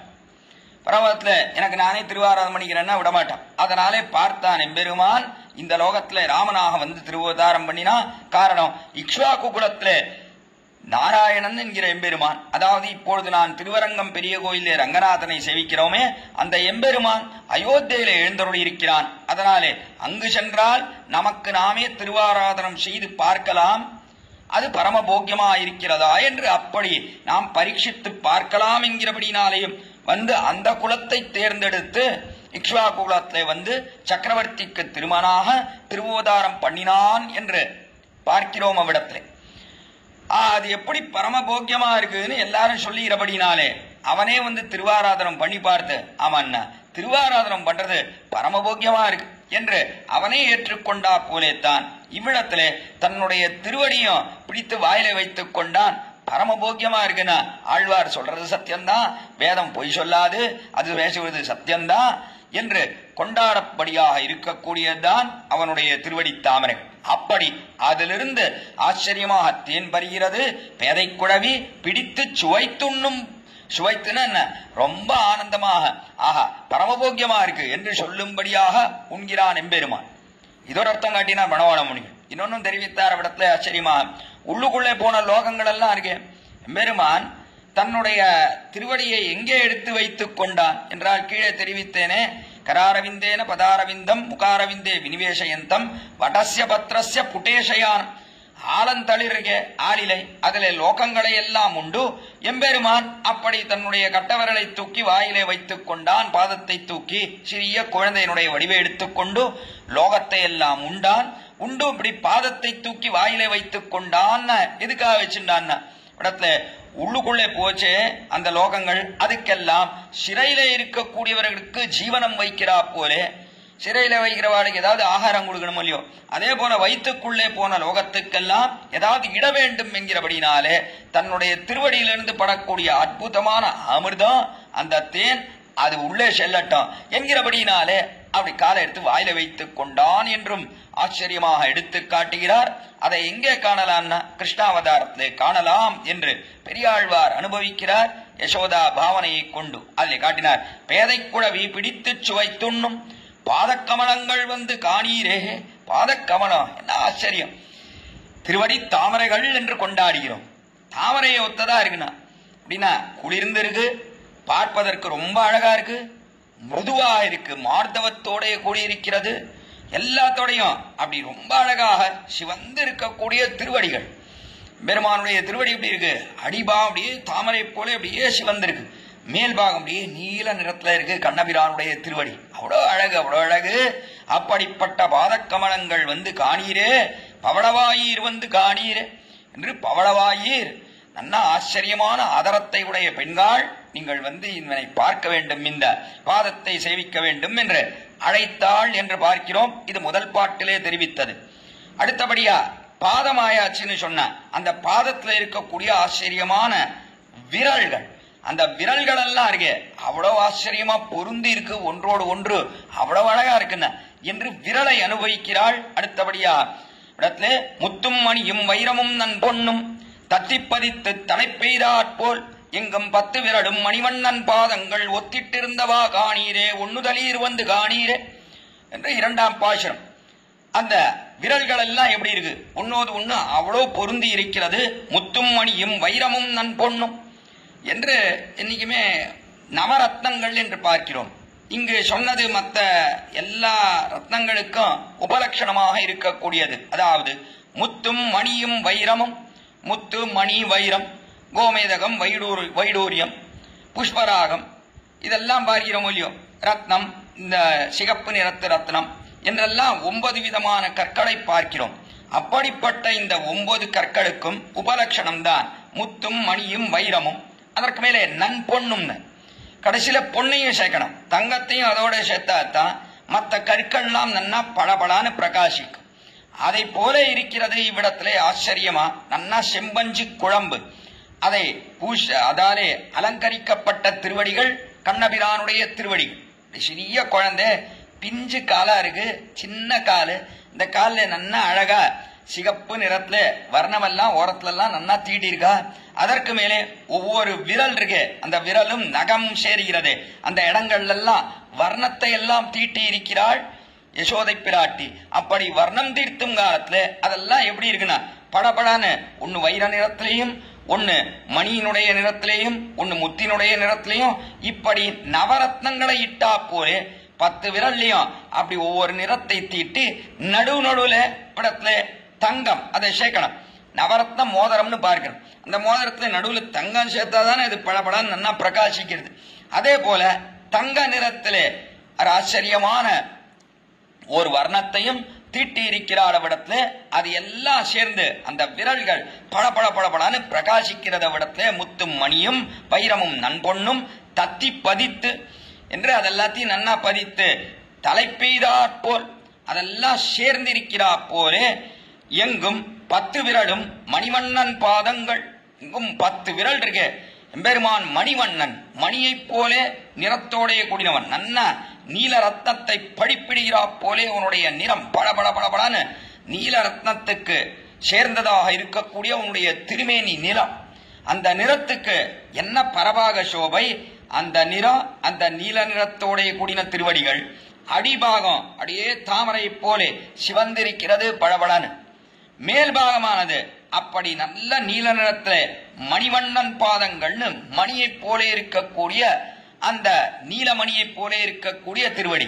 அதற்கு மேலே இந்த அலங்காரங்கள் எல்லாம் முத்தும் மணியும் வைரமும் நன்பொன்னும் பதித்தா போலே இருக்கக்கூடிய விரல்கள் அவ்வளோ அழகாக இருக்கிறது என்று இதை கொண்டாடி இப்படிப்பட்ட இந்த விரல்களை பார்க்க வேண்டாமா? எல்லாரும் வாங்கோனா அழைக்கிறாள் யசோதை பிராட்டி. ஒத்திட்டிருந்தவா காணீரே ஒன்னுதலீர் வந்து காணீரே. நல்ல ஒளியோடைய கூடின ஒன்னுதலீர் என்று நுதல்னா நெத்தி. அந்த நெத்தி அழகோடைய கூடின நீங்கள் எல்லாம் வந்து பார்க்கணும்னா உங்களோடது என்ன அழகு! இந்த அழகை பாருங்கோ, காலினுடைய அழகை பாருங்கோ, எவ்வளவு அழகா இருக்கு, எவ்வளவு அழகா இருக்கு இந்த விரல்கள், அதனுடைய சேர்த்தி, அதை காண வாருங்கோடு என்று அழைக்கிறாள். இடத்திலே யசோதை பெரியாழ்வார் பாவனையில, அதாவது பெரியாழ்வார் யசோதா பாவனையிலே அழைக்கிறார்னு 2ஆம் பாசுரத்தை பார்க்கிறோம். அடுத்தபடியா விரலை அனுபவித்த பிற்பாடு 3ஆம் பாசுரத்தாலே பனைத்தோளில வாய்ச்சி பால் பாய்ந்த கொங்கை அனைத்தார உண்டு கிடந்தை பிள்ளை இணைக்காலில் வெள்ளித்தலை நின்றிடங்கும் கணைக்கால் இருந்தவா காணீரே காரிகையீர் வந்து காணீரே. 3ஆம் பாசுரம். 3ஆம் பாசுரத்துல பனைத்தோள் இடவாய்ச்சி பால் பாய்ந்த கொங்கை, பனைத்தோள் இடவாய்ச்சி என்று பால் பாய்ந்த கொங்கை. அடுத்தபடியாக எம்பெருமான், அந்த எம்பெருமானுடைய கணைக்கால் அப்படி ஒவ்வொன்னா அனுபவிச்சுட்டு வரார் பெரியாழ்வார். மேல் நோக்கி போகும் காலத்துல திருவடியிலிருந்து அடுத்தது கணைக்கால். அந்த கணைக்காலிலே ஆச்சரியமான தண்டு வீரக்கடல் அதை இட்டிருக்கிறாள் யசோதையானவள். அதை வர்ணிக்கும் காலத்துல பனைத்தோளிட வாய்ச்சி பால் பாய்ந்த கொங்கை, பனைத்தோளிட வாய்ச்சி என்று ஆய்ச்சி யசோதை பிராட்டி தாயானவள். பனைத்தோள் என்று ஆச்சரியமான தோள் அப்படின்னா என்ன? நன்னா அது வேய் மூங்கிலை போலே அப்படி பசுகு பசுகுன்னு இருக்கக்கூடிய ஆச்சரியமான தோள் பனைத்தோள். பனைத்து இருக்கக்கூடிய திருத்தோள், அதாவது உருண்டு திரண்டு இருக்கக்கூடிய அத்தியுதமான திருத்தோள். அப்படிப்பட்ட திருத்தோளானது பனைத்தோள் இடவாய்ச்சி பால் பாய்ந்த கொங்கை. கண்ணபிராண்டத்துல மிகுந்த பிரீத்தினா யசோதைக்கு அவ்வளவு பிரீதி ஏற்பட்டதுனாலே பாலானது அப்படியே சுரக்கிறது அவருடைய மார்பகத்திலிருந்து. அங்கு தேவகிக்கு பாலே சுரக்கலை. ஏன்? கம்சனிடத்துல பயம். கண்ணபிரான் வந்து திருவோதாரம் பண்ணினான் காராகிரகத்துல. எங்கு பார்த்தாலும் ஒரே இருட்டு. அந்த சமயத்துல ஜாத்தோயம் எத்தபோதராத் என்று நான் கண்டைய வயிற்றிலே பிறந்து என்று சொல்லிக் கொண்டு தானே பிறந்தான். அப்படி பிறந்தானே. பிறந்த காலத்துல பிறந்த உடனே இந்த குழந்தையை பார்த்த உடனே அபார பயம் ஏற்பட்டது தேவகிக்கு. ஐயோ, என்ன ஆபத்து ஏற்படுமோ இந்த குழந்தைக்கு, கம்சன் என்ன பண்ணுவானோ இந்த குழந்தை என்று மிகுந்த பயம் ஏற்பட்டது. பயத்தின் காரணத்தாலே இவளுக்கு பாலே வரல தேவகிக்கு. அங்கே சிறைச்சாலையில் என்னதான் தெய்வ சிசு பிறந்தாலும் போற பயம் கம்சனிடத்துல. என்ன 6 குழந்தைய கண்ணெதிரில் கம்சன் அடித்துக் கொள்வதை பார்த்திருக்காரோ. இப்படி பார்த்தா என்ன பயம் ஏற்படும் அவளுக்கு. அசுரனாக இருக்கக்கூடிய கம்சன் இப்படி செய்தான் என்கிறபடினாலே மிகுந்த பயம் ஏற்பட்டது யசோதை பிராள் தேவகிக்கு. அதனாலே அவளுக்கு பாலே சுரக்கவில்லை அங்கு. ஆனால் அந்த குறை தீர இங்கு யசோதைக்கு அபாரமாக பால் சுரந்தது இவ்விடத்துல. அதுல கண்ணனை பார்த்தவுடனே அவ்வளோ பிரீத்தி இந்த குழந்தையினிடத்துல. திடீர்னு எதிர்பார்க்கவே இல்லை. ராத்திரி நன்னா தூங்கி கார்த்தால எழுந்து பார்த்தா ஆச்சரியமா தங்க விக்கிரகத்தை போல பளபளன்னு நீல நிறத்து அழகனாக அப்படி பக்கத்துல சேவை சாதிச்சானோ இல்லையோ அப்படியே பார்த்தாள். ஆனந்த கூத்தாடினாள் யசோதை. பிரீத்தியானது பொங்கியது. பிரீத்தியானது தான் பாலாக வெளியிலே புறப்பட்டு வந்தது என்று பார்க்கிறோம். அதனால அதை தெரிவிக்கிறார் இங்க ஆச்சரியமா. பனைத்தோல் இடவாய்ச்சி பால் பாய்ந்த கொங்கை அனைத்தார உண்டு. கண்ணபிரான் என்ன பண்ணா, நன்னா அணைத்துக் கொள்கிறான். அப்படி நன்னா யசோதை அணைத்துக் கொண்டு நன்னா உங்கிறான விடத்து முக்குறிஞ்சி முளையுனாயே என்று தெரிவிக்கிற கிரமத்துல நன்னா இழுத்து பாலை நன்றாக உரிந்து குடிக்கிறான விடத்துல யசோதை பிராட்டின் இடத்துல அனைத்தார உண்டு கிடந்த இப்பிள்ளை. அப்படி கிடக்கக்கூடிய இந்த பிள்ளை இருக்கானே இவன், அப்படிப்பட்ட இந்த பிள்ளை அந்த பிள்ளையை இணைக்காலில் என்று இணைக்காலில் அப்படி பால் பாய்ந்த கொங்கை அனைத்தார உண்டு அப்படி கிடக்கிறானே. அப்படி கிடக்கும் காலத்துல நன்னா ஆனந்தமா பாலை குடிச்சுட்டு அப்படி தூங்கும் காலத்துல அப்படி கால் இருக்கே, அப்படி ஒரு கால் மேல ஒரு காலை போட்டுண்டு அப்படி தூங்குறானே. அந்த தூங்கும் காலத்துல அவனுடைய திருவடியில இருக்கக்கூடிய கெண்டை அதை பார்த்தாள் யசோதை. ஆஹா, என்ன அழகா இருக்கு, என்ன அழகா இருக்கு இந்த குழந்தை, பாலை குடிச்சிட்டு இப்படி படுத்துட்டு இருக்கே, ரொம்ப அழகா இருக்குன்னு என்று அதை நினைத்த உடனே எல்லாரையும் அழைச்சு காட்டணும், இந்த கெண்டையை காட்ட வேண்டும் என்று நினைத்த அந்த யசோதையானவள் இணைக்காலில் வெள்ளித்தலை நின்றிடங்கும். இணைக்காலில் ரெண்டு திருவடியிலையும் அந்த இடத்துல அந்த கெண்டையை இட்டிருக்காளே வெள்ளி, அந்த வெள்ளியாலான ஆச்சரியமான கெண்டையானது வெள்ளி தலை நின்று இளங்கும் கணைக்கால். கணைக்கால்ல இருக்கக்கூடியது. அந்த கணைக்கால் இருந்தவா காணீரே, காரிகையீர் வந்து காணீரே, வாருங்கோ வந்து பாருங்கோ, என்ன அழகு என்ன அழகு பாருங்கோ என்று எல்லாரையும் அழைக்கிறாள். இடத்துல 3ஆம் பாசுரத்தை கணைக்காலை காட்ட வேண்டும் என்று அதை ஆச்சரியமா வர்ணித்தாள். அடுத்தபடியாக இடத்துல கண்ணபிரானுடைய திருத்தொடை அதை பார்த்த உடனே ஆஹா, இது என்ன அழகு, இது என்ன அழகுனா எப்படிப்பட்ட அழகு என்று அதை வர்ணிக்க தொடங்குகிறார் இவ்விடத்துல. அதாவது முழந்தாளை வர்ணிக்க தொடங்குகிறார் இவ்விடத்துல. முழந்தாள் அது எப்படி இருக்கக்கூடியது கண்ணபிரானுக்கு அதை தெரிவிக்கிறார் 4ஆம் பாசுரத்துல. உடந்தாள் நறுனை ஓரோ தடா உண்ண இழந்தாள் எரிவினாள் ஈர்த்தழில் மத்தின் படந்தாம்பாளோச்ச பயத்தாள் தவழ்ந்தான் முடந்தாள் இருந்தவா காணியிலே முகில் முளையீர் வந்து காணீர். 4ஆம் பாசுரம். இந்த பாசுரத்துல எப்படி இருந்தான் கண்ணபிரான் என்றால் முழந்தாள் இருந்தவா காணீரே என்று. முழந்தாள்னா அந்த முட்டி இருக்கே, அந்த முட்டியை பத்தி தெரிவிக்கிறார் இடத்துல. அந்த முட்டியானது அது நன்னா ஆச்சரியமா இருக்கு கண்ணபிரானுக்கு. அதனுடைய பெருமை என்ன என்றால் உடந்தாள் நறுனை. உடந்தாள்னா ரொம்ப சிரமப்பட்டு நறுனை நன்ன வாசனையோட கூடி நெய் அதை எடுத்தாள். ஓரோ தடா உண்ண என்று நிறைய பாண்டங்களிலே மண் பானைகளிலே அந்த நெய்யை எடுத்தாள். அதற்காக எவ்வளவு சிரமப்பட்டிருக்கா யசோதையானவர். கறப்பது, அதற்கு மேலே அதையெல்லாம் கறந்து காய்ச்சுவது, பாலை கறகணும். முதல்ல பாலை கறந்து அதற்கு மேலே அதை காய்ச்சி அதை தோய்த்து உறைவிட்டு அது தயிரான பிற்பாடு அந்த தயிரை எடுத்து நன்னா கடைஞ்சு அதுல இருந்து வெண்ணெய் எடுத்து வெண்ணெயை நன்னா காய்ச்சி அதுல இருந்து வரக்கூடிய நெய். இவ்வளவு சிரமப்பட்டு இத்தனை காரியம் பண்ணியிருக்கா. அதைத்தான் உடந்தாள்னு தெரிவித்தார் இவ்விடத்துல. உடந்தாள் நறுனை. அப்படி உழந்தாள் அந்த யசோதையானவள். இவ்வளவுலாம் உழைத்து சிரமப்பட்டு காரியம் செய்து நறுனையை எடுத்து நிறைய பாண்டங்களிலே இட்டாள். கண்ணன் என்ன பண்ணா, எல்லாத்தையும் சாட்டோம். ஓரோ தடா உண்ண இடந்தாள் எரிவினாள் ஈர்த்து. இடந்தாள் எரிவினாள். இடந்தாள் எரிவினாள்னா என்ன, வயிறு எரிந்தது அவளுக்கு. எதனாலேனா பயம். கண்ணனுக்கு என்ன ஆபத்து வருமோ, இத்தனையும் போயிடுத்து, இனி இதெல்லாம் வித்து நம்ம ஜீவனம் பண்ண முடியாதுன்ற அந்த வைத்தறிச்சல் அன்று. ஆனா எதனால அவளுக்கு வயிறறிந்தனா, கண்ணனுக்கு என்ன ஆபத்து வருமோ, இவ்வளவு நெய்யும் குடிச்சுட்டானே, பாண்டமா வச்சிருந்தா எல்லாத்தையும் குடிச்சுட்டானே இவன், இதனால இவன் வயிறு ஒத்துக்கணுமே, எங்கேயாவது ஜெரிக்குமா, இவ்வளவு சின்ன குழந்தை, இப்படிப்பட்ட குழந்தையானவன் இதை எல்லாத்தையும் உண்டான்னு சொன்னா வயிறு என்னத்துக்கு ஆறுது, என்று அதனாலே மிகுந்த கோபமடைந்தாள் யசோதையானவள். அதனாலே அவள் செய்த காரியம் என்ன? இழந்தாள் எரிவினாள் ஈர்த்து எழில் மத்து என்று கடைசியிலே அவள் இருக்காளே எழில் மத்து என்று ரொம்ப அழகோடைய கூடின ஒரு மத்து, இந்த தயிரை கடையக்கூடிய எழில் மத்து, ரொம்ப அழகோடைய கூடின அந்த மத்து, எழில் மத்தின் பழந்தாம்பால் ஓச்ச, அந்த மத்துக்குண்டான கயர் இருக்கே, அந்த கயர் இருக்கே, அதான் பழந்தாம்பாலோச்ச என்று அது இருக்கே. பழைய தாம்பு அப்படின்னா கயிறு, அந்த கயிறு இருக்கே அதெல்லாம் ஒண்ணுக்கும் பிரயோஜனப்படாது, இனி கடைவதற்கு பிரயோஜனப்படாது என்று அதெல்லாம் துண்டு துண்டா போன கயிறுகள், அதை எல்லாத்தையும் மேல எங்கேயோ தூக்கி போட்டு வச்சிருக்கா. அப்படிப்பட்ட அதை எடுத்து கண்ணபிரானை அடிக்க வேண்டும். இப்படி சாப்பிட்டா என்னத்துக்காவது வயறு என்று இன்னைக்குமே பெரிய ஆழ்வார்னு சொன்னாலே அவருக்கு மங்களாசாசன தற்பரத்தை அதைத்தான் கீழே விண்ணப்பித்தேன்.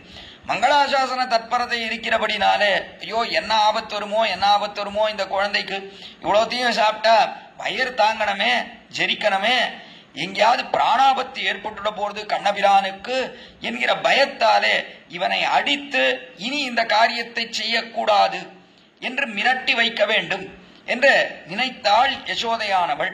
அதனாலே தாம்பை எடுத்தா கையிலே, தாம்பை எடுத்து பழந்தாம் பாலோச்ச பயத்தாள் தவழ்ந்தான். உடனே என்னாச்சு, கண்ணனுக்கு பயம் வந்துடுத்து. யோ தாயார் அடிச்சுடுவா போல இருக்கு அப்படின்னு அப்படி திரும்பி திரும்பி கண்ணாலே பார்த்துட்டு பயப்பட்டு தவழ்ந்து ஓடத் தொடங்கினான். அந்த இடத்துல நிக்காம ஓடத் தொடங்கினான், பயத்தால் தவழ்ந்தான். அப்படிப்பட்டவனுடைய முழங்கால் இருந்தவா காணீர, அவனுடைய முழங்கால் இருக்கு, இந்த முட்டி என்ன அழகு, காலாலே தவழ்ந்து போகிறானே, அந்த முழங்கால் இருந்தவா காணீரே, முகில் முளையீர் வந்து காணீரே என்று ஆச்சரியமான ஸ்தனங்களை படைத்த பெண்கள், நீங்கள் வந்து பார்க்க வேண்டும் இவனுடைய முழந்தாடை என்று அழைக்கிறாள். இவ்விடத்துல யசோதை பெரியாழ்வார் அழைக்கிறார். அதை அரைத்து அடுத்தபடியாக அதை பார்த்த உடனே அடுத்தது மேலே உண்டான அவயவம், அதிலிருந்து மேலே இருக்கக்கூடியது அது எதுனா அது 5ஆம் பாட்டில் தெரிவிக்கிறார். பிறங்கிய பேச்சு முளைசுவை துண்டிட்டு உறங்குவான் போல் கிடந்த இப்பிள்ளை மரங்கொள் இரணியன் வன்மார் மார்பை முன் கீண்டான் குரங்குகளை வந்து காணீரே குய்முளையீர் வந்து காணீரே. 5ஆம் பாசுரத்தை ஆச்சரியமா தெரிவிக்கிறார். பெருமானுடைய திருத்தொடை அடுத்தபடியா உடந்தாளன் அப்புறம் திருத்தொடை, அதுதான் குரங்குகளை வந்து காணீரே என்று காட்டுகிறார். அது எப்படி இருக்குன்னா, பிறங்கிய பேச்சு முளைசுவை துண்டிட்டு, பிறங்கிய பேச்சினா பயங்கரமாக வந்தாள்.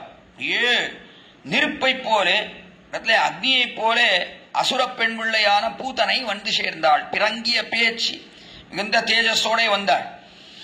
அப்படி வந்து இவனை முடிக்க வேண்டும். பிறங்கிய பேச்சு முளைசுவை தொண்டிட்டு, முளைசுவைத்து அவரிடத்திலே முளையை உண்டான் எம்பெருமான். தாயை போலே வந்த பேய், தாயை போலேயே வந்தாள், யசோதையை போலேயே வந்தாள். யசோதையை போலேயே வந்து இவனுக்கு கண்ணனுக்கு பாலை கொடுக்க வேண்டும் என்று அசுரர்கள் வந்ததிலே முதல்ல வந்தவள் இவள்தான் முதல்ல வந்தா, பூதனை தான் முதல்ல வந்தா. அவள் வந்து இவனுக்கு பாலை கொடுக்க வேண்டும் என்று வந்தாள். பிளங்கிய பேச்சு முளைசுவைத்து உண்டிட்டு, முளைசுவைத்துண்டிட்டு முளை அவளிடத்துல பாலை குடித்தா அது பரமபோக்கியமா இருந்தது. அதனாலே நன்னா தழுவினான், அதை நன்றாக பிடித்து கொண்டு நன்னா குடித்தான். அதை குடித்தான், அந்த பாலை எல்லாம் உண்டான். கடைசியில அவளுடைய உயிரும் சேர்ந்து வந்தது. அதனிடத்துல ரொம்ப பிரீத்தி இருந்தது கண்ணபிரானுக்கு அவரிடத்துல பாலை குடிப்பதிலே. காரணம் என்னன்னா, இவனுக்காகவே கொண்டு வந்து கொடுத்தாள் அவள். ஸ்தன்யம் தத் ரசசம்விஷ்டம் விஷசம்விஷ்டம் ரஸ்யமாசீது ஜகத்குரோ என்று ஸ்தன்யம் தத் விஷசம்விஷ்டம், விஷத்தோடைய கூடின அந்த ஸ்தன்யம் முளைப்பாலானது. அது பரமபோக்கியமா இருந்தது எம்பெருமானுக்கு கண்ணபிரானுக்கு. காரணம், இவனுக்காகவே கொடுத்தாள். வேற எந்த குழந்தைக்கும் கொடுத்துடக்கூடாது. கொடுத்து ஒருவேளை அந்த குழந்தை போயிடுத்துன்னா இவளை பத்தி எல்லாருக்கும் அந்த திருவாய்ப்பாடி கோகுலத்துல தெரிஞ்சிடும். நாளே கண்ணனுக்கு எந்த ஆபத்தையும் பிற்பாடு விளைவிக்க முடியாது என்கிறபடினாலே யசோதையா இந்த பூதனையானவள் இவனுக்காகவே கொண்டு வந்தாள். அதனாலே அவனுக்கும் அது பரமபோக்கியமா இருந்து நன்றாக உண்டான் அந்த பாலை. அதை முதல்ல தெரிவித்தார். பிறங்கிய பேச்சு முளைசுவை துண்டிட்டு உறங்குவான் போல் கிடந்த இப்பிள்ளை, உறங்குவான் போல் நன்னா தூங்குறா போல அப்படியே படுத்துட்டு இருக்கான் கண்ணபிரான். நன்றாக உறங்கிவான் போல் கிடந்த இப்பிள்ளை, அவன் எப்படி இருக்கக்கூடியவன், மரங்கொள் இரணியன் மார்பை முன் கீண்டான். மரங்கொள் இரணியன் முதல்ல இங்க அந்த தொடைகளை பற்றி தெரிவிக்கிறாள் இந்த பாசுரத்திலே. பெரியாழ்வார் அதை தெரிவிக்கிறார். யசோதையானவள் எல்லாரையும் அழைத்து தொடையை காட்டும் காலத்துல இந்த தொடைக்கும் இந்த பூதனைக்கும் என்ன சம்பந்தம் அப்படின்னா, பூதனையை கொன்றான், சுவைத்து உண்டிட்டு அதை நன்னா சாப்பிட்டு அது கடைசியில உயிரை வத்த வாங்கி உண்டவாயான் வதறி வணங்குதுமே என்று உயிரும் அதோட சேர்ந்து வந்து கொடுத்து. இவன் கொல்லணும்னு நினைக்கல, நான் உயிர் தன்னிடையே சேர்ந்து வந்தது பூதனையினுடைய உடலில் இருந்து. ஏன்னா சின்ன குழந்தை வந்திருக்கிறவள், இவள் அசுரப்பெண் பிள்ளை, இதெல்லாம் தெரியாது. ஆனால் எம்பெருமானுடைய தன்மை எப்படிப்பட்டது அப்படின்னா, இதையும் மணவாள மாமுனிகள் ஆச்சரியமா வியாக்கியானத்துல காட்டுறார். அவனுடைய தன்மை எப்படிப்பட்டதுன்னா, பிரதிகூலர்கள் அவனை நெருங்க முடியாது, அனுகூலர்கள் தான் அவனிடத்திலே செல்லலாமே தவிர பிரதிகூலர்கள், மனதிலே ஏதாவது விரோதம் கொண்டவர்கள் ஒரு நாளும் எம்பெருமானை நெருங்கவே முடியாது. இவள் விரோதம் கொண்டு வந்தாள், இவனை கொல்ல வேண்டும் என்று வந்தாள், அதனாலே தானே முடிந்து போனான், அவ்வளவுதானே தவிர வேறொன்று கிடையாது. எம்பெருமான் பாலை குடிக்கும் காலத்திலே பூத்தனை இடத்திலே இவளுடைய உயிரை வாங்க வேண்டும் என்று நினைத்து அவன் ஒரு காரியமும் செய்யவில்லை. பாலை சாதாரணமா குடிச்சான், உயிரும் சேர்ந்து வந்து கொடுத்து. காரணம், கெட்ட எண்ணத்தோட அவள் வந்தாள், அதனாலே அவளே அழிந்து போனான் என்பதுதான் விருத்தாந்தம். நாளே இப்படி அவளை கொன்றானே, அப்படி கொன்ற பிற்பாடு அவள் மேலே அப்படியே தவழ்ந்தான், அப்படியே தவழ்ந்து சென்றான். அப்பொழுது இருக்கக்கூடிய அவனுடைய தொடையழகு, தொடையாலத்தானே தவழணும், அதனால் தவழ்ந்து சென்றான் அந்த தொடையழகு. அதற்கு மேலேயும் இன்னொரு விருத்தாந்தம் என்னன்னா, இரண்யனை பத்தி இங்கே தெரிவிக்கிறார். மரங்கொள் இரணியன் மார்பை முன்கீண்டான் மரங்கொள் இரணியன் என்று இவனிடத்திலே மிகுந்த துவேஷம் கொண்ட அந்த இரண்யன் அவனுடைய மார்பை முன்கீண்டான். பெருமான் நாராயணன் தான் எவன், இப்படிப்பட்டவன் கிடையவே கிடையாது. நாராயணன்ற ஒரு பேரே இங்கே நடையாடக்கூடாதுன்னு இரண்ய பட்டணத்திலே எல்லாருக்கும் கட்டளையிட்டு இருந்தான். தன்னுடைய பிள்ளையான பிரகலாதன் அவனே நாராயணன் சொன்னாலும் சகிக்க முடியவில்லை இவனாலே, இரண்யனாலே. பள்ளியில் ஓதி வந்த தன் சிறுவன் வாயிலோர் ஆரியராம் ஒள்ளியவாகி போத ஆங்கதனுக்கு ஒன்றுமோர் பொறுப்பிலனாகி பிள்ளையை சீறி வெகுண்டு தூம்படைப்ப பிறையை டனல்விழி வேள்வாய் என்கிற கிரமத்திலே தெல்லிய சிங்கம் ஆகிய தேவை திருவள்ளிக்கேணி கண்டேனேன்னு தெரிவிக்கிறாரு திருமங்கியாழ்வார். அந்த கிரமத்திலே இரண்யன் அவன் நாராயணன் என்ற பெயரை பொறுக்க தன்மையனாகி அதற்கு மேலாக பரமபாகவதோத்தமனான தன் பிள்ளையான பிரகலாதன் அவனிடத்திலே மிகுந்த அபச்சாரத்தை பண்ணினான் இரண்யன். அவனை கொன்றுவிட வேண்டும், வெட்டிவிட வேண்டும் என்று நினைத்தான் இரண்யனானவன். அப்படி செய்தபடினாலே கடைசியிலே எம்பெருமான் பண்ணா மார்பை முன்கீண்டான் என்று இரண்யனுடைய மார்பு கடைசியில எங்க இருக்கான் அவன்னு கேட்டான். அவன் எல்லா இடத்துலயும் இருக்கான். பிரகலாதன் தெரிவித்தான், அவன் இல்லாத இடத்தை நீ காட்டு தந்தாய், எங்கு முடன் கண்ணன் என்ற மகனை காய்ந்து இங்கில்லையால் என்று இரணியன் தூண் புடைப்பா என்று அவடத்துல தூணை ஒன்றை காட்டினான். இங்க இருக்கானா, இதுக்குள்ள இருக்கானா நாராயணன் தான், எல்லா இடத்துலயும் இருக்கான்னு சொல்லிட்டனே, இதுக்குள்ளேயும் இருக்கான் என்று தெரிவித்த உடனே அந்த தூணை அடித்தான் இரண்யன். தன்னுடைய கையாலே அடித்த உடனே அடித்த கை பிடித்த பெருமான் தூணை பிளந்து கொண்டு நிருசிம்மனானவன் கையை பிடித்துக் கொண்டு வெளியில வந்து சேர்ந்தான். வந்து சேர்ந்தவன் என்ன பண்ணான் அப்படின்னா, பிடிச்சுன்னு வந்தான், நேர படியில கொண்டு வந்து இட்டான். உள்ளேயும் கூடாது வெளியிலையும் கூடாதுன்னு வர வாங்கி வச்சிருக்கான் இரண்யன். சாவு எனக்கு உள்ளுக்குள்ள கிரகத்துக்குள்ளேயும் கூடாது வெளியிலையும் கூடாதுன்னு வாங்கி வச்சபடினால இடத்துல படியில இட்டு கொண்டான், தொடையில போட்டுண்டான். அதான் விசேஷம். அதனால்தான் தொடையை பற்றி தெரிவிக்கிறார் இங்கே. மார்பை முன்கீண்டான், எப்படி கீண்டான், தொடையில இட்டு கொண்டான் எம்பெருமான். என்ன ஆகாயத்திலையும் கூடாது பூமியிலையும் கூடாதுன்னு சொல்லியிருக்கான். அதனாலே ரெண்டு இடமும் இல்லாமல் நடு இடத்திலே தொடையிலே அவனை இட்டுக்கொண்டு இரண்யனை இட்டுக்கொண்டு அவனுடைய மார்பிலே நன்றாக நகங்களை ஊன்றினான். ஒள்ளிய மார்பு உரைக்க ஊன்றி சிரம் பற்றி முடியிடிய கண் பிதுங்க வாய் அலறத் தெளித்தான் கோயில்னு பெரியாழ்வாரே மேலே திருவரங்கராஜன் விஷயமாக பாசுரத்தை அனுகிரகிக்கிறார் பெரியாழ்வார் திருமொழியிலே. நன்னா ஒள்ளிய மார்பு உரைக்க ஊன்றி தன்னுடைய நகங்களாலே நன்றாக அவனுடைய மார்பிலே ஊன்றி மார்பை கீண்டான், மார்பை முன்கீண்டான். முன்காலத்துல இந்த மார்பை கிழித்தானே, அதை செய்தது எங்கேனா அவனுடைய தொடையிலே இட்டுக்கொண்டு, நிருசிம்மனானவன் தன்னுடைய தொடையிலே இட்டுக்கொண்டு செய்தானே. அப்பழந்தே பெருமான் தான் இப்ப கண்ணனா வந்து பிறந்திருக்காங்க. என்ன அழகு, என்ன அழகு! அதே தொடையோட இப்படி கண்ணபிரானாக வந்து பிறந்திருக்கிறான். அப்படிப்பட்டவனுடைய குரங்குகளை வந்து காணீரே, குமிழையீர் வந்து காணீரே. குரங்குன்னா திருத்தொடை. அந்த அழகை சேவிங்கோ. என்ன அழகு, என்ன சாகு, பூதனை மேலே தவழ்ந்த அழகு, இரண்டனை தன்னுடைய தொடையில இட்டுக் கொண்டு கிழித்த அழகு. அப்படிப்பட்ட அழகிய தொடைகளை வந்து பார்க்க வேண்டாமா, எல்லோரும் வந்து பாருங்கோள் அழைக்கிறாள் யசோதை. பெரியாழ்வார் இங்கே தெரிவிக்கிறார். அது 5ஆம் பாட்டிலே தெரிவித்த விஷயம். அடுத்தபடியாக மத்த கழிற்று 6ஆம் பாசுரத்துல அதான பிற்பாடு அவ்விடத்துல மேலே இருக்கக்கூடிய மர்மஸ்தானம், தொடைக்கு மேலே இடுப்புக்கு கீழே இருக்கக்கூடிய மர்மஸ்தானம், சன்னம்னு சொல்லக்கூடிய அந்த மர்மஸ்தானம், அப்படிப்பட்ட அந்த மர்மஸ்தானம் அது மர்மமாக இருக்கக்கூடியது என்கிறபடினாலே மர்மத்துக்கு சேர எல்லாவற்றையும் பாட்டில் எடுத்து காட்டுகிறார் இங்கே பெரியாழ்வார். மத்த கழிற்று வசுதேவர் தம்முடை சித்தம்பிரியாத தேவகி தன் வயிற்றில் அத்தத்தின் 10 தோன்றிய வச்சுதன் முத்தமிருந்தவா காணீரே முகில் நகையீர் வந்து காணீரே. இது 6ஆம் பாசுரம். மத்த கழிற்று என்று மத்த கழிற்று, மத்த கழிற்றுனா அது வசுதேவர் தம்முடை, வசுதேவர் தம்முடை இந்த மத்த கழிற்று மத்த கஜம், மத்த கஜ, அந்த மத்த கஜமானது அந்த கழிற்று வசுதேவர் தம்முடை, வசுதேவரிடத்துல அவர் ராஜாவாக இருக்க வேண்டியவர், அப்படிப்பட்டவர் தான் இடத்திலே சிறைச்சாலையில இருக்கிறார் வசுதேவர். அந்த வசுதேவர் தம்முடை சித்தம்பிரியாத தேவகி தன் வயிற்றில், சித்தம்பிரியாத என்று அவளை விட்டு பிரியாமல் எப்பொழுதும் தேவகியோட கூடியிருந்த வசுதேவர், அவரை விட்டு பிரியாமல் இருந்த அந்த வசுதேவர், அந்த வசுதேவன் வயிற்றில், அந்த தேவகியினுடைய வயிற்றில் விட்டு பிரியாத தேவகி அவளுடைய திருவயிற்றிலே வந்து திருவவதாரம் பண்ணினான். வயிற்றில் அத்தத்தின் 10 தோன்றிய வச்சுதன் என்று இங்க எல்லாத்தையும் மறைச்சே சொல்லிட்டு வரார் பெரியாழ்வார். ஏன்னா மர்மஸ்தானத்தை பத்தி சொல்லுகிறபடினாலே, அது மறைந்திருக்கக்கூடிய இடமானபடினாலே அதையும் எல்லாம் பாட்டிலே மறைத்தே தெரிவிக்கிறார். எப்படி வந்து திருவவதாரம் பண்ணினான் கண்ணபிரான், யாருக்கும் தெரியாமல் மறைந்து வந்து திருவவதாரம் பண்ணினான். முதல்ல அவன் திருவவதாரம் பண்ணினதே ஒருத்தருக்கும் தெரியாம, ததௌகில ஜெகத்பித்ம போதாய சுதபானுனா தேவகி பூர்வ சந்தியாயாம் ஆவிர்பூதம் மகாத்மனா என்று வந்து தோன்றினான்.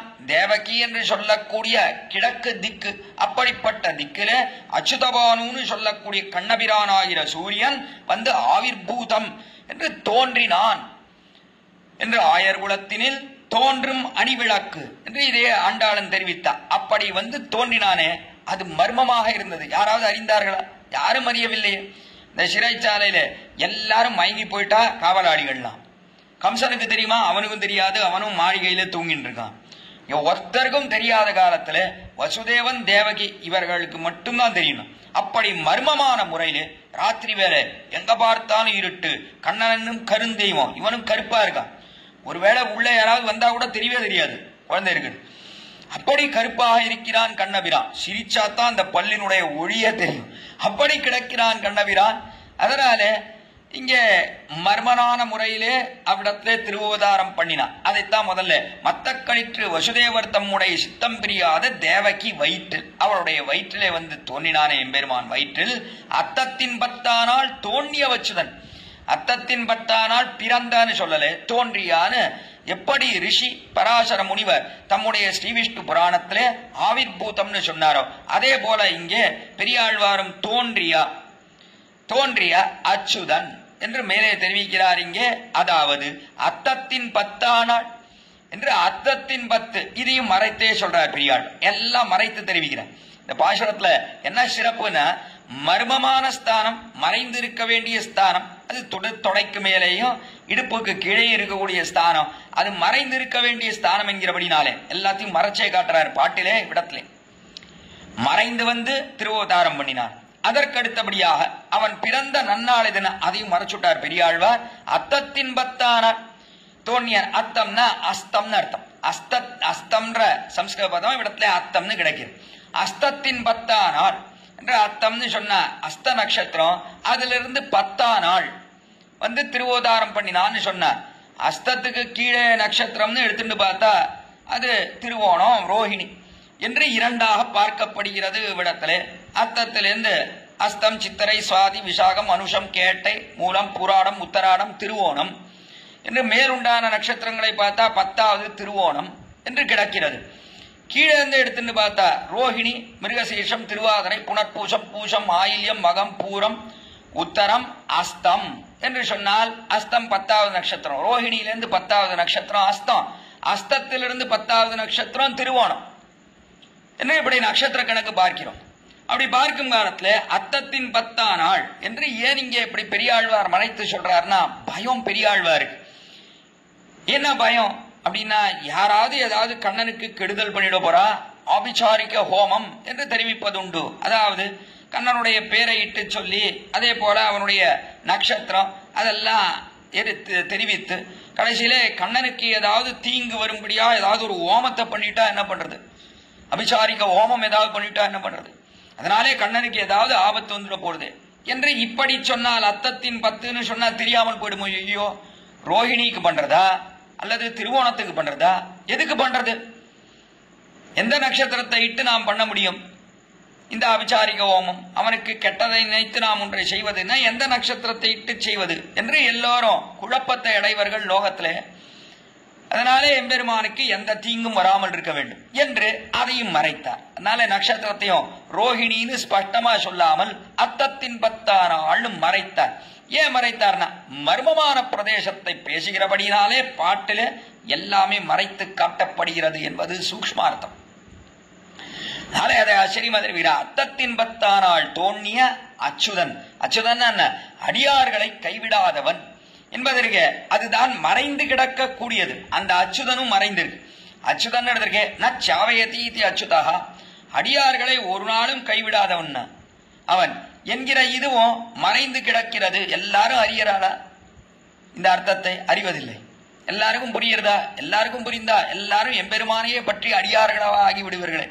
அவர்களுக்காக எல்லா காரியமும் பண்ணுவன் எம்பெருமான் என்பதை அறிகிறவர்கள் யாரும் இல்லை.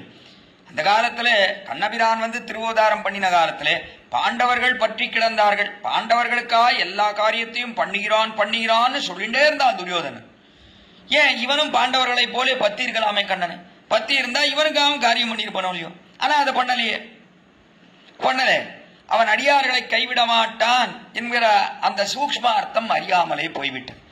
அதனாலே அதுவும் மறைந்து கிடக்கிறது, அந்த அர்த்தமும் மறைந்து கிடக்கிறது, எல்லாமே மறைந்து கிடக்கிறது. ஏன்? மர்மஸ்தானத்தை பேசுகிற பாசுரம் ஆனபடினாலே அப்படி எல்லாவற்றையும் மறைத்தே காட்டுகிறார் பெரியாழ்வார் இந்த பாசுரத்திலே என்பது இந்த பாசுரத்துக்குண்டான தனிச்சிறப்பு. அதனால தெரிவிக்கிறார், சித்தம் பிரியாத தேவகி தன் வயிற்றில் அர்த்தத்தின் 10ஆம் நாள் தோண்டி அவச்சுதன் முத்தமிருந்தவா காணீரே முகில் நகையீர் காணீரே. முத்தமிருந்தவா, முத்தம்னா அந்த சன்னம்னு சொல்லக்கூடிய அந்த மர்ம பிரதேசம், அது இருந்தவா காணீரே பாருங்கோ. முகில் நகையீர் காணீரே, என்ன ஆச்சரியமான புன்முருளோட கூடியிருக்கிறீர்கள், அப்படிப்பட்ட நீங்கள் பாருங்கோள் என்று அழைத்தார் பெரியாழ்வார் 6ஆம் பாசுரத்திலே. அதற்கு மேலே 7ஆம் பாசுரம், 7ஆம் பாசுரத்தாலே இருங்கை மதகளிரு ஈர்க்கின்றவனை பருங்கி பறித்து கொண்டு ஓடும் பரமந்தன் நெருங்கு பவளமும் நேர்நானும் முத்தும் மருங்குமிருந்தவா காணீரே வானுதலீர் காணீரே. இது 7ஆம் பாட்டு. 7ஆம் பாட்டிலே இருங்கை மதகளிரு, இருங்கை மதகளிரு என்று இங்கே 2 விதமா சொல்லலாம்னு மணவாள மாமுனிகள் எடுத்துக்காட்டுறார். இருங்கை மதகளிரு என்று தெரிவித்தார். கோலையா பீடம் என்கிற அந்த மதகளிருக்கு நன்னா திருடமாக இருக்கக்கூடிய நீண்ட துதிக்கை, அப்படிப்பட்ட களிறு இருங்கை மதகளிரு.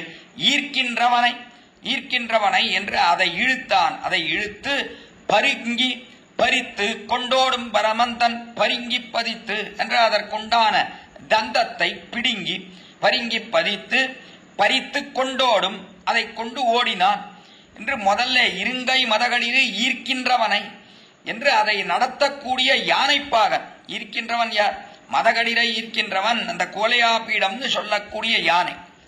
கம்சனானவன் அவன் கண்ணனை கொல்ல வேண்டும் என்று அசுரர்களை எல்லாம் அனுப்பினான். கடைசியிலே அதெல்லாம் பிரயோஜனப்படலை. கடைசியிலே கண்ணனை இங்கே வரவழைப்போம், கண்ணனையும் பரலாமனையும் மதுரையிலேயே அவனை கொன்று விடலாம் என்று கோகுதத்திலிருந்து விற்பெரு விழா என்று பெரிய தனுர்யாகம் என்று ஒன்றை சொல்லி அதற்காக கண்ணனையும் பலராமனையும் வரவழைத்தான். வாசல்லையே பெரிய கோலையாப்பிடம்னு மதகளிறு, மதம் பிடித்த யானை, அதை நிறுத்தி வைத்திருந்தான் கம்சன். அந்த யானை கண்ணனையும் பலராமனையும் வாசல்லையே கொன்றுவிடும் என்பது அவனுடைய அபிப்பிராயம். கடைசியில கண்ணன் என்ன பண்ணா அப்படின்னா அந்த பாகனையும் கொன்றான். கடைசியில யானையினுடைய தந்தத்தையும் பிடித்து அப்படி பார்ப்பதற்குள்ளாக கம்சனையும் கொன்று விட்டான் கண்ணன் என்பது அங்கு விற்த்தாந்தம். அதை தெரிவிக்கிறார் இங்கே. இருங்கை மதகளிலே ஈர்க்கின்றவனை பரிங்கி பறித்து கொண்டு அந்த தந்தங்களை எல்லாம் பறித்து கொண்டு ஓடும் பரமந்தர் ஓடினான். கடைசியிலே ஓடி மேல உயரத்திலே கம்சன் அமர்ந்திருக்கான். கடைசியிலே அவனுடைய குஞ்சு பிடித்து இழுத்து தீழே தள்ளி அவனை முடித்தான் கண்ணபிரான் என்பது விற்த்தாந்தம். நெருங்கு பவளமும் நேர் நானும் முத்தும் என்று மருங்குன்னு சொல்லக்கூடிய இடுப்பு, அந்த இடுப்புல இருக்கக்கூடிய நெருங்கு பவளம், அத நன்ன பவளம் என்ன அருணாள் கயர், அதை தெரிவிக்கிறார் இங்கே. அருணாள் கயர் கட்டப்பட்டு இருக்கிறது அந்த இடுப்பிலே. அது எப்படி இருக்கு அப்படின்னா பவளத்தாலையும் நெருங்கு பவளமும் நேர் நானும் முத்தும், அதுக்கு மேலே அந்த நான் சொல்லக்கூடிய அருணாள் கயர், அதுல நிறைய முத்து என்ன பவளம் என்ன அதெல்லாம் சேர்ந்து இருக்கிற இடத்துல அப்படிப்பட்ட ஆச்சரியமான மருங்குன்றது இடுப்பு. அந்த இடுப்பு அதை பாருங்கோன்னு சொல்றார். இடத்துல இன்னொரு விதமாகவும் அர்த்தம் தெரிவிக்கிறார் சுவாமி மணவாள மாமுனிகள். எங்கேயோ பிற்பாடு அவன் வளர்ந்த பிற்பாடு இடத்துல கம்சனை கொன்றான் என்பது இருக்கட்டும். ஆனா இப்பொழுதே சிறிய பிள்ளையா இருக்கும் காலத்திலே இவன் விளையாடக்கூடிய ஒரு விளையாட்டு, அதை கொள்ளலாம் இவ்விடத்திலே என்றும் காட்டுகிறார். இவ்விடத்திலே எப்படிப்பட்டன இருங்கை மதகளிரு ஈர்க்கின்றவனை, இருங்கை மதகளிருன்னு விளையாடுறதுக்காக நிறைய பதார்த்தங்கள் எல்லாம் இருக்கு. அப்படிப்பட்ட எத்தனையோ விளையாட்டு சாமான்கள். அதுல ஒரு யானையை போலே ஒன்று இருக்கக்கூடியது, நன்னா பெரிய நீண்ட துதிக்கையோட கூடினது. அந்த துதிக்கையை பிடிச்சி இழுத்துட்டு ஒரு பையனானவன் ஓடுறான். நிறைய தோழன்மார்கள் இருக்காரு.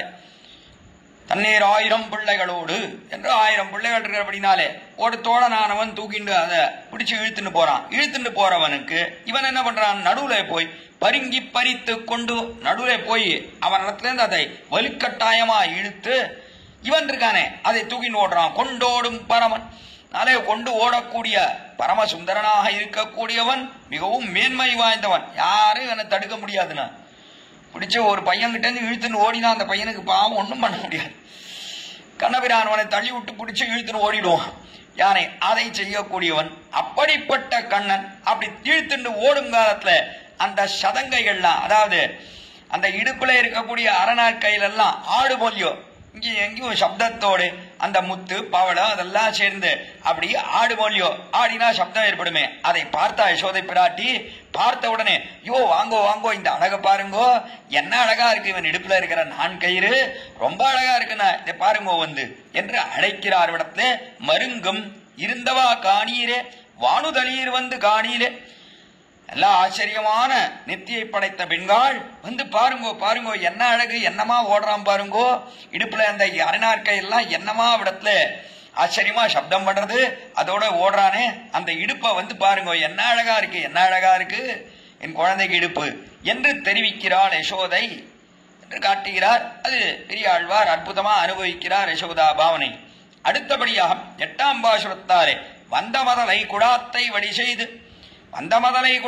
வடி செய்து தந்தக்களிர் போல் தானே விளையாடும் நந்தன் மதலைக்கு நன்று மழகியா உந்தியிருந்தவா காணீரே ஒளியிளையீர் காணீரே. அடுத்தபடியா 8ஆம் பாட்டுல ஆச்சரியமா அர்த்தம் கண்டார். வந்த மதலை குடாத்தை வழி செய்து தந்தக்களிர் போல் தானே விளையாடும். எந்த வந்த மதலை குடாம் என்று வந்தவர்கள் அந்த மதலை குடாம்னு அங்க இருக்கக்கூடிய அந்த கூட்டம், அந்த கூட்டத்தை எல்லாம் குடாத்தை வழி செய்து தந்தக்களிர் போல் தானே விளையாடும். தந்தக்களிர் போல் இவனே விளையாடுகிறான் கண்ணபிரானே. களிறு சிறிய யானை குட்டினான், யானை குட்டியை போல இருக்கான். இங்க இருக்கக்கூடிய குழந்தைகள், நிறைய குழந்தைகள் வந்த மதலை குடாத்தை, வந்த மதலைகள் அவர்கள் எல்லாம் நிறைய குழந்தைகள், 1000 பிள்ளைகளோடு இருந்தாலும் கூட அவர்களுடைய பெருமையெல்லாம் ஒண்ணுமே கிடையாதுன்னா என்று சொல்லும்படியா வழி செய்து தந்தக்களிர் போல் என்று ஆச்சரியமான சிறிய யானை குட்டி யானை போலே தந்தக்களிர் போல் தானே விளையாடுறான். ரொம்ப ஆச்சரியம் என்னன்னா அவர்களுக்கெல்லாம் ஒரு பிறவும் இல்லை, விளையாட்டு என்று வந்தார் என்று சொல்லும்படியா இவனே விளையாடக்கூடிய நந்தன் மதலைக்கு நன்று மழகியா. அப்படிப்பட்ட நந்தன் மதலை, நந்தகோபன் அவனுடைய மதலைன்னா அவனுக்கு அடங்கினவனாக இருக்கக்கூடியவனா இருக்கான். அப்படிப்பட்ட நன்று மழகியா உந்தி இருந்தவா காணீர. அடுத்தபடியா இவனுடைய உந்தின்னு தெரிவித்தாள். உந்தினா மேல இருக்கக்கூடிய அந்த திருநாவி கமலம், உந்தினா திருநாவி கமலம்.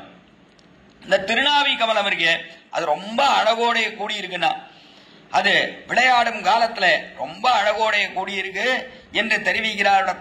விளையாட்டு தானே அவனுக்கு, விளையாட்டுன்னதே எதுனா சிருஷ்டி தான் அவனுக்கு உண்டான விளையாட்டு. இந்த லோகத்தை சிருஷ்டிப்பது, இதற்கே லீலா விபூதி என்று பேர். இந்த லோகம் விளையாட்டுக்காக எம்பெருமான் சிருஷ்டித்து அழித்து மீண்டும் சிருஷ்டிக்கிறான். எப்படி சிருஷ்டிக்கிறான்? தன்னுடைய உந்தி, அதாவது திருநாவி கமலத்திலிருந்து, தொப்புளிலிருந்து ஒரு ஆச்சரியமான தாமரை பூவை உண்டாக்கி அதிலே நான்முகனை சிருஷ்டிக்கிறான் எம்பெருமான். சிருஷ்டித்து பிற்பாடு நான்முகனுக்கு வேதத்தை சொல்லிக் கொடுக்கிறான். யோ பிரம்மாணம் விததாதி பூர்வம் யோவை வேதாம்ச பிரஹினோதி தஸ்மை என்று பார்க்கிறோம். ஜகத்துக்கே காரணமாக இருக்கக்கூடியது அவனுடைய ஆச்சரியமான திருநாவி கமலம். அப்படி அதை கொண்டு விளையாடுகிறான் எம்பெருமான். தன்னுடைய திருநாவி கமலத்தை கொண்டு லோகத்தை சிருஷ்டிப்பதென்ன, பிற்பாடு அழிப்பதென்ன, மீண்டும் சிருஷ்டிப்பதென்ன, இப்படி ஒரு இன்புறும் இவ்விளையாட்டுடையானை பெற்று அப்படி ஒரு விளையாட்டை கொண்டிருக்கிறானே எம்பெருமான். அதற்கு சேரத்தான் இங்கே பாசுரத்தையும் அனுகிரகிக்கிறார். வந்தமதலை குழாத்தை வழி செய்து தந்தக்களிர் போல் தானே விளையாடும். தனக்கே ஏற்பட்ட விளையாட்டுன்னா என்று சொல்லும்படியாக அந்த விளையாட்டை காட்டக்கூடியது இது. கண்ணபிரான் இப்படி விளையாடுகிறானே அதை காட்டக்கூடியதுதான். பிற்பாடு சிருஷ்டி பண்ணுகிறானே எம்பெருமான், சிருஷ்டி பண்ணி அழித்து இப்படி விளையாடுகிறானே அதை காட்டக்கூடிய ஆச்சரியமான திருநாவிகமன். அதனால்தான் அதை தெரிவிக்கிறார். நந்தன் மதலைக்கு நன்று மழகியா, ரொம்ப அழகோட கூடினதுன்னு சொன்னார்.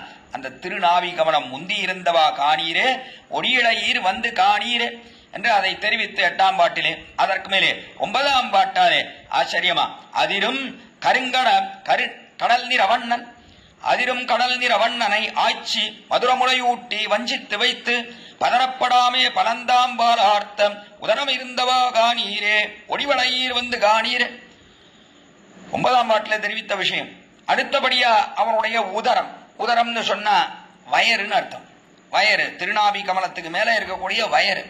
அந்த வயரை இப்பொழுது வர்ணிக்கிறார் இவ்விடத்திலே. அது எப்படி இருக்குன்னா, அதிரும் கடல் நிறவண்ணனை, அதிரும் கடல் நிறவண்ணன், கடல் நிறவண்ணன் அதிரும் கடல் நிறவண்ணன். கடலானது அதிரும், அதிரும்னா என்ன, அப்படியே அலையெறியக்கூடிய கடல். அந்த வண்ணத்தோட கூடினவன். வண்ணம்னா என்ன அப்படின்னா வர்ணஹா என்கிற சம்ஸ்கிருத பதமானது வண்ணம் என்று தமிழிலே கிடைக்கிறது. வண்ணம்னா என்ன, அந்த நிறத்தோட கூடினவன். ஆனா இங்கே எதுக்கு அதிரும் கடல் நிறவண்ணன்னு சொல்ல வேண்டும் விசாரித்தார் மணவாள மாமுனிகள். கடல் நிறவண்ணன்னு சொன்னாலே போருமே, அதனாலே அதிரும் கடல் நிறவண்ணன்னு சொல்ல வேண்டும். கண்ணன் எங்க வந்தாலும் அப்படியோ அதிரும்னா அவன் வந்தார். கண்ணன் வரான்னா எப்படி சமுத்திரமானது அலை எறிகிறதோ அதை போல கண்ணன் வரான்னு சொன்னாலே எல்லா இடமும் ஒரே அதிரும். கண்ணபிரான் ஒரே சப்தம் பண்ணிட்டு வருவான். அதே போல தீம்புகள் ஒரே தீம்பு, அவன் அடிக்கிறது இவன் அடிக்கிறது, எதையாவது பண்ணிட்டு ஷெற்றால் எரிந்து என்று ஷேரை வாரி இறைக்கிறது. இதெல்லாம் பண்ணிட்டு அதிரும்படியாக வரக்கூடியவன் தான் எம்பெருமான். அதனால இங்கே அதிரும் கடல் நிறவண்ணன்னு காட்டினார். இடத்துல அலையெறிந்து கடலானது அதிர்வை ஏற்படுத்துகிறது. கண்ணபிரான் நடந்தாலோ உட்கார்ந்தாலோ பேசினாலோ எப்பொழுதும் அதிர்வு தான். அதிரும் கடல் நிறவண்ணனை ஆட்சி மதுரமுளையூட்டி வஞ்சித்து வைத்து, ஆட்சி மதுரமுளையூட்டி என்று ஆட்சியானவள் யசோதையானவள் மதுரமுளையூட்டி என்று நன்ன பரமபோக்கியமாயிருக்கக்கூடிய முளைப்பாலை அவனுக்கு கொடுத்து வஞ்சித்து வைத்து பதறப்படாமே பலந்தாம் பாலார்த்தம் என்று அவ ஆட்சி வஞ்சித்து வைத்து என்று கடைசியில இவனை ஏமாத்தி எங்கேயோ ஒழித்து வைத்தாள். வெண்ணையை ஏமாத்தி ஒழித்து வைத்தா இவனுக்கு அது தெரியாது. இவன் போனா வெண்ணெய் எடுத்து உண்டான். வஞ்சித்தாள், இவனை ஏமாத்தி வைக்கணும். என்ன வயத்துக்கு ஆகாதுன்னா நிறைய வெண்ணையை வெறும சாப்பிட்டு விடுறது. வெண்ணையை சாப்பிடணும்னு குழந்தை வேணும்னு ஆசைப்பட்டா யசோதை. என்னவோ நிறைய வெண்ணெய் இருக்குன்னா, பெரிய கைலாய பர்வதத்தை போல வெண்ணெய், கைலாய பர்வதத்தை போல வெண்ணெய் இருக்குங்க, இதெல்லாம் சாப்பிடறதுக்கு நமக்கு ஒரு நல்ல குழந்தை வேணும்னு ஆசைப்பட்டா. இல்லைன்னு சொல்ல, ஆனா இப்படி சாப்பிடும்னு எதிர்பார்க்கல. ஏதோ சாப்பிடும் வெண்ணெய் என்று நினைத்தாடானால் இவன் விடாமல் வெண்ணையை அப்படி போஜனம் பண்ணிக்கொண்டே இருக்கிறானே, இப்படி பண்ணிட்டே இருந்தா வயர் என்னத்துக்காரு என்று நினைத்து அதுதான் பயம் அவளுக்கு. அதனாலே வஞ்சித்து வைத்தால், அவனை ஏமாத்தி மறைத்து வைத்தாள். ஆனா அவனுக்கு தெரியாது. எப்படியோ கண்டுபிடிச்சான், அவனை எடுத்து சாப்பிட்டுட்டான். பதறப்படாமே பலந்தாம் பாலார்த்தம் என்று பதறப்படாமே பதற்ற ஒன்றும் இல்லாமல் பலந்தாம் பாலார்த்த உதரம் இருந்தவா காணீர பலந்தாம் பார் தாம்பாலே அவடத்துல நன்னா கட்டினா. கடைசியில என்ன பண்ணா, யசோதையானவள் தாம்பாலே நன்னா கட்டிவிட்டா. கட்டினா அந்த தழும்பு இருக்கே அது இருக்குன்னு அதை பாருங்கோ, அந்த உதரத்தை பாருங்கோ, வயிற்றிலே கட்டினாலே யசோதையானவள் தன்னையும் அந்த கண்ணபிரானையும் அவனுக்கு சகாயம் பண்ணினோம். உரலை போட்டுத்தான் மேலே உரியில இருக்கக்கூடிய வெண்ணெய் எடுத்து உண்டான் கண்ணபிரான் என்கிறபடினாலே அந்த உரலோடு சேர்த்து கட்டினாலே கண்ணினும் சிறுத்தாம்பினால் கட்டுண்ண பண்ணிய பெருமாய் என்கிற கிரமத்துல கட்டும்படியாக கிடந்தானே உரலோடு இணைந்து இருந்து ஏங்கிய இடிவே என்று எத்திரம் என்று மோகித்தாரே சுவாமி நம்மாழ்வார் 6 மாச காலம் இந்த விற்த்தாந்தத்துல தானே மோகினார்.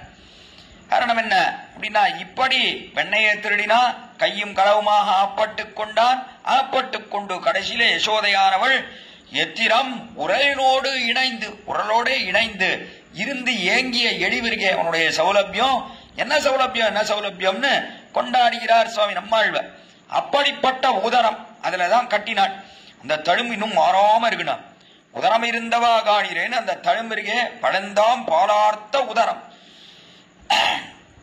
அவள் கட்டின அந்த தழும்பு இன்னும் மாறாத இருக்கு. அதனால்தான் என்ன பண்றான் ஆச்சரியமா நஞ்சியர் ஒண்ணு தெரிவிக்கிறார். ஒரு சமயம் நம்பெருமாளுக்கு திருமஞ்சனம் ஆயிடுத்து திருவரங்கம் பெரிய கோயில் ஆன பிற்பாடு இடத்துல நஞ்சியர் சரி திருமஞ்சனம் ஆகி ரொம்ப நேரமாச்சு, இப்பொழுது பெருமான் சித்தமா இருக்கானா அடுத்தபடியா கோட்டி கிரமத்துக்கு என்று பார்ப்பதற்காக லேசா தரை அப்படி லேசா தூக்கி பார்த்து. ஆனா அன்னைக்கு என்னவோ இன்னும் கொஞ்சம் நேரமாயிடுத்து, சிறிது அவகாசம் அதிகமாயிடுத்து.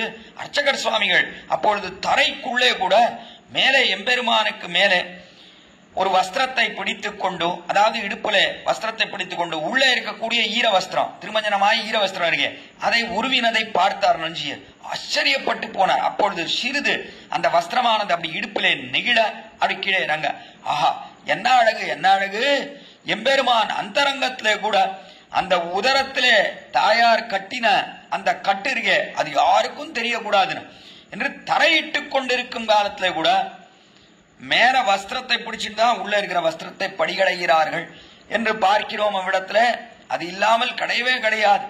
ஏன் அப்படின்னா அந்த தழும்பு யார் கண்ணிலையும் படக்கூடாதுன்னா. ஏன்னா அந்த காலத்துல கண்ணபிரானவன் கோபிமார்கள் எல்லாம் அங்கே குளிக்கும் காலத்துல யமுனையில குளிக்கும் காலத்துல மரத்துல எல்லா வஸ்திரங்களையும் எடுத்து சென்று அமர்ந்திருந்தான். அப்படி இருக்கும் காலத்துல ஒரு கிளையிலிருந்து இன்னொரு கிளைக்கு தாவினான். தாவும் போது அவனுடைய இடுப்புல இருக்கக்கூடிய வஸ்திரம் சிறிது கீழே இறங்கினே கோபிகைகள் எல்லாம் பார்த்து கட்டுண்டான் காணேடின்னு கைகொட்டி சிரித்தார்கள். அப்பொழுது கட்டுப்பட்டான் கண்ணபிரான் தாயாரால நல்லா அடி வாங்கினான். இங்க நிறைய சேட்டை பண்றான், ஆனா உண்மையிலேயே அம்மா கிட்ட என்ன அடி வாங்கினான் என்று அவர்கள் எல்லாம் கைகொட்டி சிரித்தார்கள்.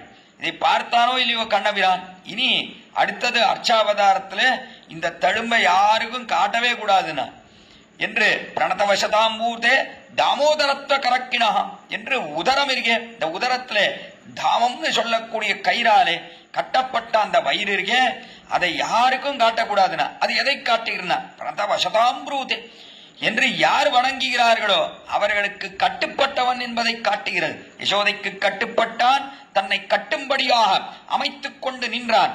முடிந்தால் ஓடிப்போ பார்க்கலாம் என்று அவள் தெரிவித்தாளே அந்த வார்த்தைக்கு கட்டுப்பட்டு யசோதை பிராட்டிக்கு அடங்கி நின்றானே கண்ணபிரான்.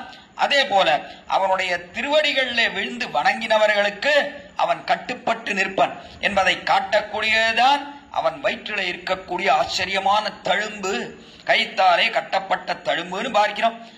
அதை எங்க அற்புதமாக அனுபவிக்கிறார் இடத்துல. அதைத்தான் இங்கே பெரியாழ்வார் எடுத்துக்காட்டார். உதரம் இருந்தவா காணீரே ஒளிவடையீர் காணீரா. அப்படிப்பட்ட ஆச்சரியமான உதரம் அது யார் கண்ணிலையும் படக்கூடாதுன்னு இன்னைக்கும் அர்ச்சாவதாரத்துல அப்படி நிற்கிறான் பெருமான். அப்படிப்பட்ட ஆச்சரியமான உதரம் அதை பாருங்கோ என்று அழைத்தாள் இடத்துல யசோதைன்னு பார்க்கிறோம். அது 9ஆம் பாட்டிலே தெரிவித்த விஷயம். அதற்கு மேலே 10ஆம் பாட்டிலே தெரிவிக்கிறார். பெருமாவுரலில் பணிப்பூண்டிருந்து அங்கு இருமாமருதும் இருத்த இப்பிள்ளை குருமாமணி பூன் குடாவி திகழும் திருமார்விருந்தவா காணீரே செய் இளையீர் காணீரே. தாம் பாஷத்துல ஆச்சரியமா அர்த்தங்கள். பெருமாவுரலில் பணிப்பூண்டிருந்து பெருமாவுரலில் என்று பெரிய உரல் மாவுரலில் பணிப்புண்டிருந்து அதிலே கட்டுப்பட்டு அங்கு இருமாமருதம் இருத்த இப்பிள்ளை, அங்கு இருமாமருதம் என்று அவன் கட்டுப்பட்டானோ கீழ்ப்பாசுரத்திலே கட்டுப்பட்ட விருத்தாந்த தெரிவித்தார். இப்பொழுது அந்த உரல்லே கட்டுப்பட்டு கடைசியிலே கண்ணபிரானானவன் அந்த உரலை இழுத்துண்டு தவழ்ந்துட்டே போனான். அங்கே 2 மருத மரங்கள் ஒன்றோடு ஒன்று நடுவுல இடமே இல்லாமல் இருக்கக்கூடிய மருத மரம். நடுவுல எப்படியோ ஒரு சிறிய ஓட்டையை பார்த்து உள்ள போயிட்டான் கண்ணபிரான். உள்ள போன கண்ணபிரான் அங்க போன பிற்பாடு இந்த உரலை பிடிச்சு இழுக்கிறான், வரமாட்டேங்குது. ஓங்கி நன்னா கெட்டியமா இழுத்தானோ இல்லையோ கடைசியில மரங்கள் 2ம் முறிந்து கீழே விழுந்தது. மருத மரங்கள் அது தெரிவிக்கிறார். இருமாமருதம் இருத்த இப்பிள்ளை, 2ஐயும் முறித்து கீழே தள்ளினானே இந்த பிள்ளை. அப்படிப்பட்ட பிள்ளை பயந்து போயிட்டா யசோதை. ஐயோ இவனுக்கு என்ன ஆபத்து ஏற்பட்டதோ. இப்படி 2 மரங்களும் சேர்ந்து இவன் மேலே விழுந்திருந்தா என்னாவது, நல்ல வேளை தள்ளி விழுந்தது என்று ஏற்கனவே அசுரர்கள் வேற வந்து ஆவேசித்திருந்தார்கள். தேவதைகள் அவர்கள் சாபத்தாலே மரமாக நின்றார்கள். அப்படிப்பட்ட மரத்தின் நடுவிலே கண்ணபிரான் உரலை இழுத்துக் கொண்டு சென்றார். அந்த விற்த்தாந்தத்தை தெரிவிக்கிறார். அங்கு இருமாமருதம் இருத்த இப்பிள்ளை குருமாமணி பூன் குலாவி திகழும். அப்படி நன்னா அப்படி ஆச்சரியமாக அந்த உரலை பிடிச்சு இழுத்து மரம் 2ம் சாய்ந்த உடனே அப்படி கண்ணபிரான் அப்படி பின்னாடி பெரிய சப்தம், மரம் விழுந்த உடனே பெரிய சப்தம். அந்த சப்தத்தை கேட்ட அப்படி பின்னாடி அப்படி திரும்பி பார்த்தான். திரும்பி பார்த்த காலத்துல ஆச்சரியமா அவனத்துல அவனுடைய திருமார்பிலே இருக்கக்கூடிய கௌஸ்துவம் அது பளபளபளன்னு பிரகாசித்தது. அதை பார்த்தாலோ இல்லையோ யசோதை, வாங்கோ வாங்கோ வாங்கோ, என்னுடைய ஆச்சரியமான கண்ணபிரானுடைய மார்பிலே இருக்கக்கூடிய அந்த கௌஸ்துவத்தை பாருங்கோ, என்ன அழகா இருக்குது, மார்பிலே ரொம்ப அழகா இருக்கு. குருமாமணி பூன் குலாவித்திகளும், ஆச்சரியமான அந்த திருமார்பிலே இருக்கக்கூடிய அற்புதமான திருவாபரணம், இந்த கௌஸ்துவம் பளபளன்னு பிரகாசிக்கிறத இடத்துல என்று எல்லோரையும் அழைத்து காட்டினாள். அன்றைய காலத்துல இந்த கண்ணபிரான் அந்த மருத மரத்தை சாய்த்த காலத்திலே அங்கே ஆச்சரியமா பளபளன்னு பிரகாசித்ததே. அப்படி அவன் திரும்பி பார்த்த காலத்திலே அதை வந்து இப்பொழுது எல்லோரும் பாருங்கோள், இவ்விடத்துல அவ்வளவு அழகா இருக்கு இவனுடைய மார்பிலே அது என்று. திருமார்பிருந்தவா காணீரே சேயிழையீர் வந்து காணீரே, நன்ன அழகிய ஆபரணத்தை அணிந்த பெண்களே வந்து பாருங்கோள் என்று அழைத்து காட்டினாள் யசோதை. அடுத்தபடியா மார்பாயிடுத்து இப்ப வரிசையா அனுபவிச்சுட்டே வராரு இவ்விடத்துல. பொழுது 10 பாட்டாலே மார்பு பரியந்தம் அனுபவித்தாயிற்று. அதற்கு மேலே 11ஆம் பாட்டாலே நாள்களோர் நாள இந்து திங்கள் அளவிலே தாளை நிமிர்த்து சகடத்தை சாடி போய் வாழ்கொள் வளையேற்று ஆறுயரை வவ்வினான் தோள்கள் இருந்தவா காணீரே குய்முனை சுரிகுழலீர் வந்து காணீரே. அடுத்தபடியாக எம்பெருமானுடைய தோள்கள், அந்த தோளை பற்றி தெரிவிக்கிறார் இடத்தை. நாள்களோர் நாள் 5 திங்கள் அளவிலே, நாள்கள் அப்படி பிறந்து கொஞ்ச நாள் கழிந்தது. 4 திங்கள் சரியா சொல்லலை பெரியாழ்வார். ஏன் பெரியாழ்வாரு கணக்கு தெரியாதா? அப்படின்னா எப்போ நடந்ததுன்னு யாருக்கும் தெரியக்கூடாது. ஏன்னா ஏதாவது இந்த காலத்துல இப்படி பண்ணினானா இந்த குழந்தை, 4 மாச குழந்தைய அப்படி பண்ணித்து அப்படின்னு 4 திங்கள். 4 திங்கள்னா மாசங்கள். 4 திங்கள்னு சொன்னா எல்லாரும் 4 மாசத்துல பண்ணானா 5 மாசத்துல பண்ணானா? இப்ப 4 மாசம்னு சொல்லிட்டாருன்னு வச்சுப்போம். உடனே என்ன ஏற்படும், எல்லாருக்கும் கேட்கிறவாளுக்கு 4 மாச குழந்தையா இந்த காரியத்தை பண்ணித்து, எந்த காரியத்தை பண்ணித்து அப்படின்னா தாளை நிமிர்த்து சகடத்தை சாடி போய் என்று காலாலே உதைச்சு சகடத்தையே அழித்து விட்டது. முறிந்து விழும்படியா சகடம் சுக்கு நூறா முடிந்து விழும்படியா பண்ணி விடுத்து என்பதை சொன்னால் எல்லாரும் கண் போட்டுடுவா. கண்ணன் மீது எல்லாரும் திருஷ்டி தோஷத்தை வைப்பார்கள். கட்டாயம் ஐயோ 4 மாசத்துல குழந்தை எப்படி பண்ணித்து என்று அதுவே காரணமா இருக்கும். 4 சொல்லிட்டா 4 மாசமா 5 மாசமா அப்படி சர்ச்சை பண்றதுக்குள்ள அவளுக்கு இவன் மேலே ஏற்படக்கூடிய அந்த திருஷ்டி தோஷம் அது நீங்கிவிடும். அதனாலே நாள்களோர் 4 திங்கள்னு தெரிவித்தார். இப்போ 4 5 சொன்னா 4 மாசமா 5 மாசமா, அல்லது 4 5 சேர்த்தா 9 மாசமா, அல்லது 4 5 பெருக்கினால் 20 மாசமா என்று இப்படி யோசிக்கிறதுக்குள்ள அவளுக்கு இவன் மீது உண்டான அந்த திருஷ்டி தோஷம் அது நீங்கிவிடும் என்கிறபடியாலே அப்படி தெரிவிக்கிறார் பெரியாழ்வார்னு ஆச்சரியமா மணவாள மாமுனிகள் வியாக்கியானம் செய்து காட்டுகிறார். நாள்களோர் 4 திங்கள் அளவிலே, அந்த திங்கள் அளவிலே தாளை நிமிர்த்த சகடத்தை சாடி போய் தாளை நிமிர்த்தான். வந்தான் அசுரன் சகடன் சக்கரத்தின் மீது ஆவேசித்து வந்தான். ஒரு அசுரன் வண்டிக்கு கீழே தூணியை கட்டி, இங்கதான் ஜாகிரதையா இருக்கும் குழந்தை, ஏற்கனவே வெளியில எங்கேயோ விட்டோம், பூத்தனைன்னு ஒத்தி வந்தா அவ வந்து குழந்தைய தூக்கின் போய் கடைசியில பெரிய ஆபத்து ஏற்பட்டது. கண்ணபிரானை நல்லா ஈராட்டி அவனுக்கு பாலை கொடுத்தாள் யசோதை. பாலை சரியா சாப்பிடல. இன்னைக்குமே குழந்தைகளுக்கு குடிப்பாட்டியாச்சுன்னா தூக்கம் வந்துடும். பசி என்னவோ இருக்கும், ஆனா தூங்கிடும். கொஞ்சம் பாலை சாப்பிடும் போதே அப்படியே கண்ணெல்லாம் சொக்கி தூங்கிடும். தூங்கிடுதுன்னா பால் குடிக்காது. ஆனா என்ன ஆகும், கொஞ்ச நேரத்திலேயே திருப்பி பசிக்கும். பசித்ததுன்னா மறுபடியும் குழந்தையானது காலை உதைத்து கொண்டு அழும். அதே போலத்தான் இவளும் நன்னா குளிப்பாட்டி கண்ணனை, அதற்கு மேலே அவனுக்கு சாம்பிராணி எல்லாம் போட்டு பாலை கொடுத்து அந்த வண்டிக்கு கீழே ஒரு தூளியை கட்டி அதிலேயே படுக்க விட்டாள். படுக்க விட்டு சரி நாம் போய் நீராடி வருவோம் என்று சென்றாள் யசோதை. அதுக்குள்ள பாலை சரியா குடிக்காமல் தூங்கினபடினாலே பசி வந்துடுத்து கண்ணனுக்கு. பசி வந்தா குழந்தைகளுடைய தன்மை என்ன, காலை உதைத்து கொண்டுதான் அழும். அதே போல கண்ணனும் காலை உதைச்சுண்டு ஓன்னு அழத் தொடங்கினான். அதுதான் கடைசியில என்ன ஆச்சு அப்படின்னா, அந்த சகடமானது அது ஓடத் தொடங்கித்து. இவனும் காலை உதைத்த அழுதபடினாலே அந்த காலானது சகடத்தின் மேலே பட்டு சகடமானது சுக்கு நூறாக முறிந்து கீழே விழுந்தது என்பது விருத்தாந்தம். இடத்துல நாளே எம்பெருமானை ரட்சிப்பதும் அவனுடைய திருவடிகள், நம்மை ரட்சிப்பதும் அவனுடைய திருவடிகள். ஸ்ரீமன் நாராயண சரணௌ என்று திருவடிகளைத்தான் நாம் பற்றுகிறோம்.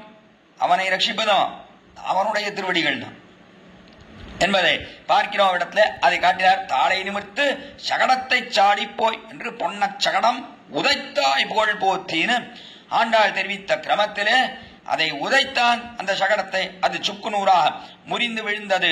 சகடத்தை சாடி போய் வாழ்கொள் வளையிற்று ஆர்வீரை வவ்வினான். வாழ்கொள் வளையிற்று, அதே போல வாழ்கொள் வளையீரு என்று வாழை போலே எவ்விடத்திலே பூதனையினுடைய பல்கல், இந்த பருகே பல்லெல்லாம் வெளியில நீட்டிண்டு அதற்கே அப்படியே கூர்மையாக இருந்தது. அப்படிப்பட்ட அவளுடைய ஆறுயிர் வவ்வினான். அவருடைய ஆறுயிர் அதை வவ்வினான். அதிலிருந்து பூதனையை கொன்றான். அவளை முடித்தான், உயிரை வாங்கி அவளை முடித்தான். ஆறுயிர் வவ்வினான் என்று இரண்டையுமே தெரிவித்தார். இவ்விடத்தை இரண்டுமே பண்ணது எதனாலே அப்படின்னா, இவர்கள் அசுரர்கள் என்று நினைத்து செய்யவில்லை கண்ணபிரான். சாபூதனா சகடமர்ஜுன யோசயுக்மம் பால்யோசித அந்நியபரச்சேஷ்டித விஷ்ணுலிங்கே என்று தெரிவித்தார் ஸ்ரீ குரத்தாழ்வார். பூதனையை கொன்றதும் சகடத்தை கொன்றதும் இதெல்லாம் பால்யோசிதம் என்று எல்லாம் பால்யோசிதம். அந்நியபரச்சேஷ்டித விஷ்ணுலிங்கே ஏதோ ஒரு காரியத்தை பண்ண போய் அது எதிலையோ போய் முடிந்தது. காலை உதைச்சா சகடத்தை சாடி போய் காலை உதைத்தான். காலை நிமிர்த்தான் உதைத்தான். சகடத்தின் மேலே பட்டது. வஸ்து சுவாவம் எம்பெருமானிடத்திலே கெட்ட எண்ணத்தோட வந்தால் முடிந்து போவார்கள். அதனாலே சகடாசுரன் முறிந்து கீழே விழுந்தான். அதே போல பூதனை அவனிடத்தை பாலைத்தான் குடிச்சான். நன்னா உறிஞ்சு நன்னா இருக்குண்ணா, பரமபோக்கியமா இருக்கு பால். அது என்னதான் விஷம் தீட்டி இருந்தாலும் அவனுக்காகவே கொண்டு வந்தபடினாலே அது அவனுக்கு பரமபோக்கியமா இருந்து. அதனாலே கண்ணபிரான் நன்னா பாலை உறிஞ்சு குடிச்சான், அவ்வளவுதான். ஆனா கடைசியில அவளே கீழே விழுந்தாள், உயிரை விட்டாள். அதை இதெல்லாம் பண்ணினதற்கே நினைத்து செய்யவில்லை என்று பார்க்கிறோம். அதை காட்டுகிறார் இங்கே. ஆறுவீர் வவ்வினான் தோள்கள் இருந்தவா காணீர. இந்த தோளுக்கும் இதுக்கும் என்ன சம்பந்தம்? ஆச்சரியமா மணவாள முனிகள் தெரிவித்தார். தோல் இருக்கே அவடத்தை பாலை குடிக்கும் அப்படி நெருக்கி கொண்டான். தோலை அப்படி நெருக்கிண்டு அப்படி பாலை நன்றாக குடித்தான். அது குழந்தைகளுக்கு சுபாவம். பார்த்தா குழந்தைகள் அப்படி நன்னா தோலெல்லாம் அப்படி அடக்கிண்டு நன்னா பாலை குடிக்கும் அவடத்துல. அப்படி இருந்தபடினாலே தெரிவிக்கிறார் இங்கே யசோதை. இப்படி பூதனை இடத்துல அப்படி தோலை நெருக்கி கொண்டு பாலை குடித்தானே, அந்த தோள்களை வந்து பாருங்கோ என்று அதனாலே அதை காட்டுகிறார். அடுத்தபடியாக அத்தோள்கள் இருந்தவா காணீரே சுரிகுளரீர் வந்து காணீரே. அடுத்தது 12ஆம் பாசுரத்தாலே அடுத்தது தோளுக்கு மேலே இருக்கக்கூடிய ஆச்சரியமான கைகளை பற்றி தெரிவிக்கிறார். மைத்தளங்கண் நீ யசோதை வளர்கின்றார் செய்தலை நீல நிறத்து சிறு பிள்ளை நெய்த்தலனை மியும் சங்கும் நிலாவியா கைத்தளங்கள் வந்து காணீரே கணங்குளையீர் வந்து காணீரே. அப்படியா மைத்தளங்கண்ணி யசோதை வளர்க்கின்றார் என்று. மைத்தளங்கண்ணி நன்னா கண்ணு இருக்கு, கருப்பா இருக்கு யசோதைக்கு, ரொம்ப அழகுனா. அதுக்கு மேல என்ன அப்படின்னா நன்னா மை வேற தீட்டின்னு இருக்க கண்ணுக்கு. மையையும் இட்டு கொண்டிருக்கிறாள். அழகு இன்னைக்கும் அழகோட கூடியிருக்கணும், இல்லைன்னா கண்ணன் பார்க்கவே மாட்டான். கண்ணனுக்கு நன்னா அழகா இருக்கணும், அப்படிதான் பார்ப்போம். அதனால அழகு பொருந்திவளா இருக்கிறாள். மெய்த்தடம் கண்ணி யசோதை வளர்க்கின்றாள். யசோதை எப்படி வளர்க்கிறாள் கண்ணபிரான் விஷயத்திலே பார்த்து பார்த்து தன்னை அலங்கரித்துக் கொண்டு அப்படி வளர்க்கின்றாள். செய்த்தலை நீல நிறத்து சிறு பிள்ளை, செய்த்தலை என்று செய்த்தலை நீல நிறத்து சிறு பிள்ளை, யசோதை வளர்க்கின்ற செய்த்தலை நீல நிறம். யசோதை இருக்காளே அவளுக்கு நிறைய இருக்கா. அவள் தான் அங்க திருவாய்ப்பாடி கோகுலத்துக்கு அவள் தான் தலைவி. நந்தகோபன் அவன் தான் ராஜா, இவள் தான் ராணி என்று வைத்துக் கொள்வது. அப்படி இருக்கும் காலத்திலே, இவள் தலைவியா இருக்கும் காலத்துல இவளுக்கு நிறைய கீழே வேலை பண்றவா நிறைய பேர் இருக்கலாம். ஆனாலும் கூட சில புஷ்பங்களை வளர்ப்பது என்று சொன்னால் தானே வளர்ப்பள். ஏன் அப்படின்னா, என்னதான் எஜமானியா இருந்தாலும் வேலையாட்கள்லாம் கீழே இருந்தாலும் அவளுக்கு அந்த புஷ்பம் நடத்த ரொம்ப ஈடுபாடு. அப்படி செய்த்தலை என்று அதைத்தான் தெரிவிக்கிறார். தலையானதா இருக்கக்கூடிய செய் ஒரு நிலம், அந்த நிலத்திலே நீல நிறத்து என்று அதில் இருக்கக்கூடிய நீல நிறத்து புஷ்பம், கோலை புஷ்பம் இருக்கு. அந்த கோலை புஷ்பத்தை இவளே வளர்க்கிறாள். அதைத்தான் இங்கே யசோதை மைத்தடம் கண்ணி, மை தடவின கண்ணோடே கூடின யசோதையானவள் அவள் வளர்க்கிறாள். எதை வளர்க்கிறாள்? செய்த்தலை நன்ன செய் நிலத்திலே இருக்கக்கூடிய அந்த பூசாரம், நல்ல சாரமான கஷேத்திரத்திலே இருக்கக்கூடிய இந்த கோலைப்பூ அது எப்படி இருக்கும்? நல்ல நீல நிறத்திலே இருக்கும். அதை போல நீல நிறத்து அழகனாக கண்ணபிரான் இருக்கிறான் என்று நிறத்து சிறு பிள்ளை. இந்த சிறு பிள்ளை கண்ணபிரான் அப்படிப்பட்டவன். அவனுடைய கை எப்படி இருக்குன்னா, நெய்த்தலை நேமியும் சங்கம் நிலாவியா. நெய்த்தலை நேமி என்று, நெய்த்தலை நேமினா ஆயுதமானது. அது சாமான்யமாக எல்லாரும் என்ன பண்ணுவா, ஆயுதத்துக்கு நன்னா நெய்யை தடவி வச்சிருப்பா. நெய்த்தலை நேமி ஒரு அர்த்தம் ஆச்சரியமா காட்டினார் மணவாள மௌனிகள். நெய்யை தடவி நன்னா கூர்மையா அதை நன்னா தீட்டி ஆயுதத்தை அந்த கூர்மை அது மாறாமல் இருக்கணும்னு நன்னா நெய்யை தடவி வச்சிருப்பா. அடுத்தபடியாக நெய்த்தலை நேமி, நெய்த்தலை நேமி என்று சொன்னால் நெய் அது தடவினா போலே பளபளன்னு பிரகாசிக்கக்கூடிய திருவாளியை கையிலே உடையவன். அது ஒரு அர்த்தம் காட்டினார். இன்னொரு அர்த்தம் ஆச்சரியமா தெரிவித்தார். நெய்த்தலை நேமினா கையை நெய்யை தொட்டுட்டோ மற்ற பதார்த்தத்தை தொட்டா அதெல்லாம் அந்த நெய்யெல்லாம் அந்த பதார்த்தத்தில் எழுமொழியும். நாமே பார்க்கிறோம், நெய் கையோட மற்றதெல்லாம் தொட்டோம்னா, ஏதாவது பாத்திரங்களை தொட்டா அதெல்லாம் நெய்யாயிடுறது.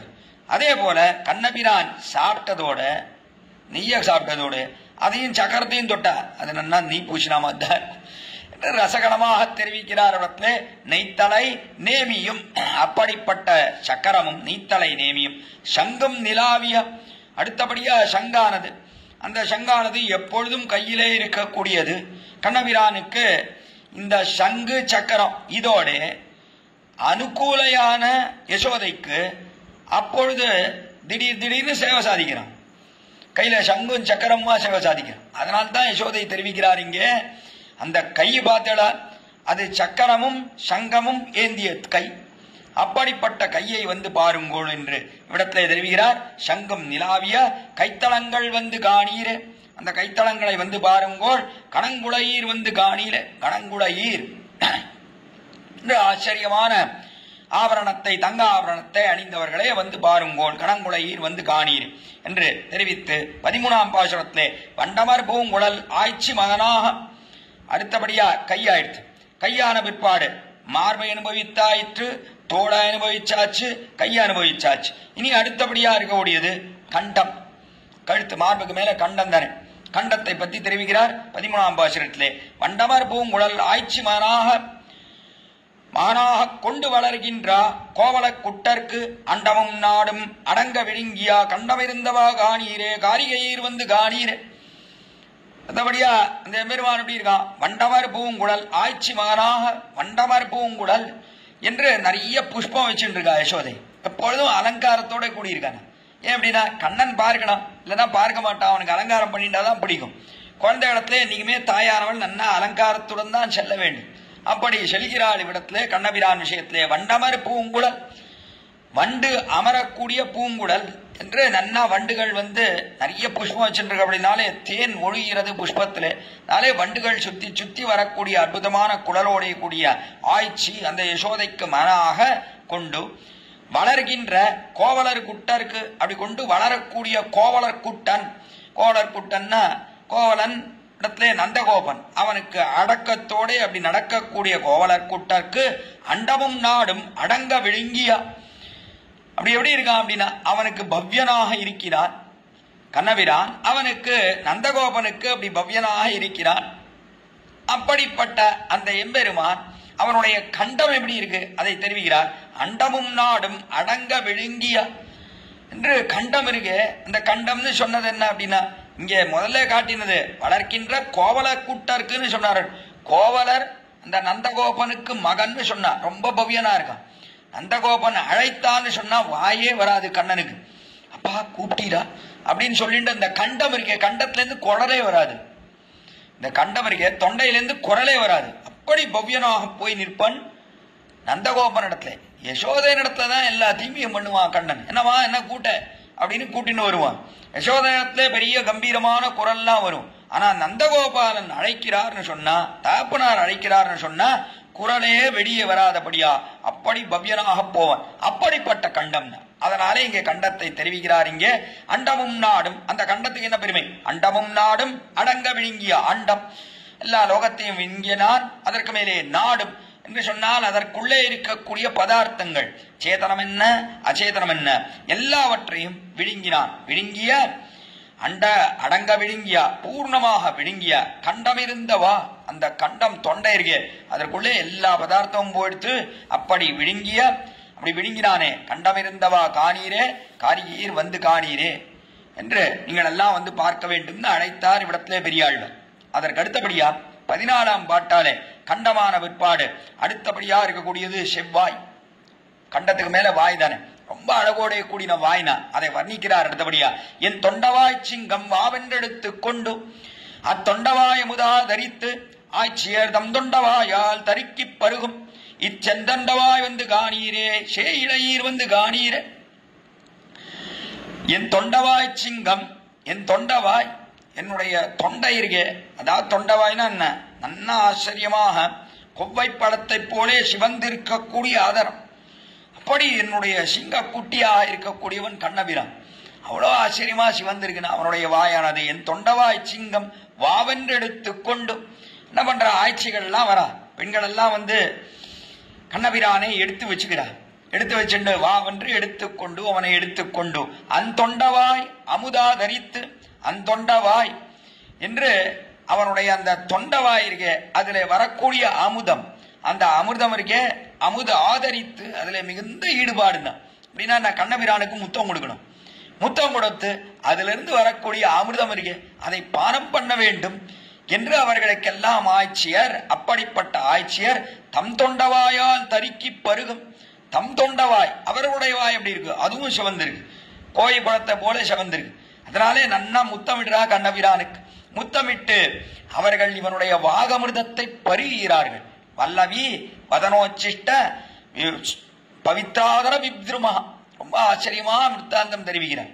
வல்லவி வதனோச்சிஷ்ட எம்பெருமான் கண்ணபிரான் அவனுக்கு யமுனை துறைவன் பேர். யமுனை ஆத்தங்கரையின் ஓரத்திலேயே இருக்கான். இப்போ அங்கே பெண்களோடைய கூடிய ஆனந்தமாக விளையாடுகிறான் யமுனை நதியில். அப்படி விளையாடும் காலத்துல எப்படி விளையாடுறான், அந்த யமுனை தீர்த்தம் அறிய அதை எடுத்துக்கொண்டு வாயில் எடுத்துக்கொண்டு இவன் கோபிகைகள் மேலே உமிழ, கோபிகைகள் அந்த தீர்த்தத்தை தங்கள் வாயிலே எடுத்துக்கொண்டு இவன் மேலே உமிழ, இப்படி மாறி மாறி விளையாடுகிறார்கள்.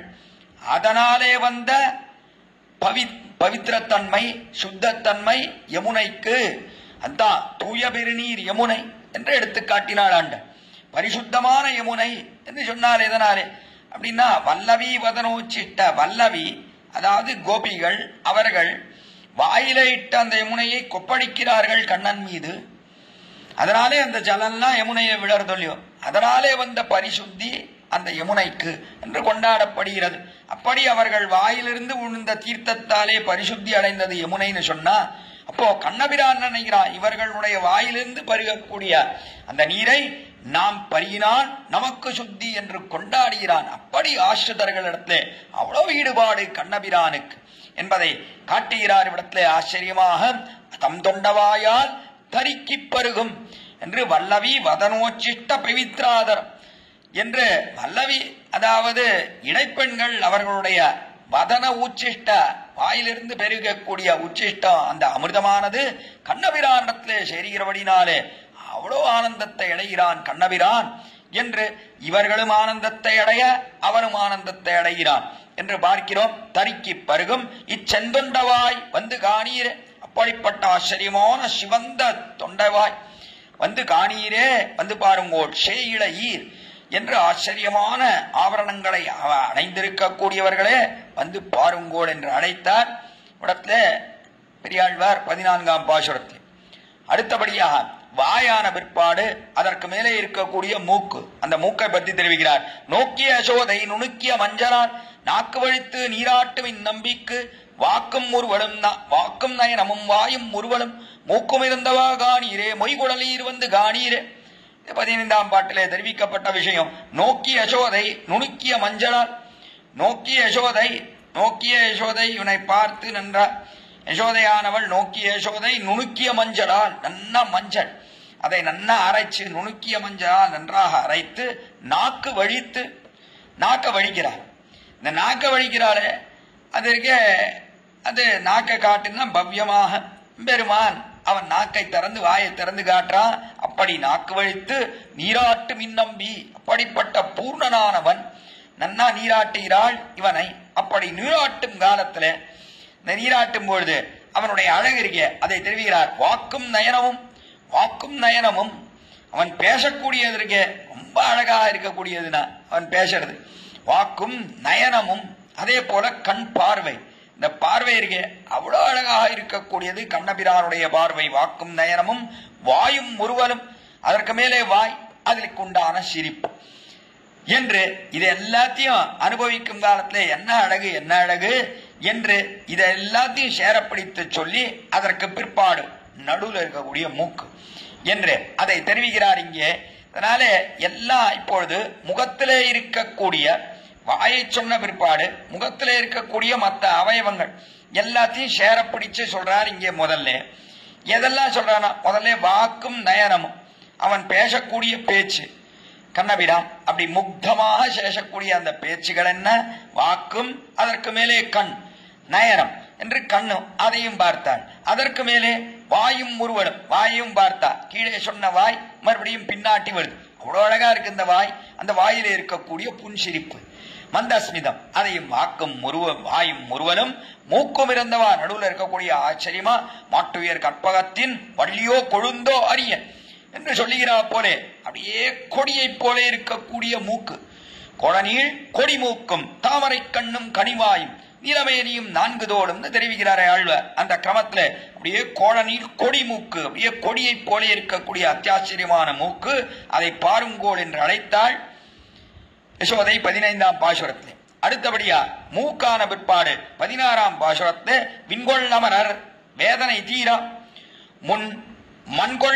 மண்கொள் வசுதேவர் தம்மகனாய் வந்து தின்கொள் அசுரரை தேய வளர்கின்றான் கண்கள் இருந்தவா காணீரே கணவளையீர் வந்து காணீரே என்று அடுத்தபடியா கண்ணை பத்தி சொல்றா. இப்ப அடுத்தபடியா இந்த கண் எப்படி இருக்கு அப்படின்னா, விண்கொள் அமரர் வேதனை தீரா, விண்கொள் அமரர் என்று விண்ணை தங்களுக்கு இருப்பிடமாக கொண்டவர்கள், அப்படிப்பட்ட ஆகாசத்தை இருப்பிடமாக கொண்ட அமரர்கள், அவர்கள் வேதனை தீரும்படியாக, அவருடைய துக்கமெல்லாம் தீரும்படியாக முன் மண்கொள் வசுதேவர் தம்மகனாய் வந்து, முன் மண்கொள் வசுதேவர் முன்பு மண்ணை கொண்டவர், அதாவது ராஜாவாக இருந்த வசுதேவர், அப்படிப்பட்டவருக்கு மகனாக வந்து திருவோதாரம் பண்ணினார்.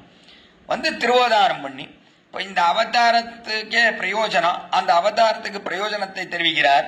இப்படி மகனாக வந்து தோன்றினானே அப்படிப்பட்ட தின்கொள் அசுரரை தேய வளர்கின்றான் என்று. தின்கொள் அசுரர்கள் வந்து பிறந்ததே அது காரணம். இந்த அசுரர்கள் எல்லாம் தேவதைகளை இம்சிக்கிறார்கள், அவர்களெல்லாம் நாசத்தை அடைய வேண்டும், துஷ்கிருத்துக்களை அழிக்க வேண்டும் என்கிறபடினாலே தானே வந்து பிறந்திருக்கான்.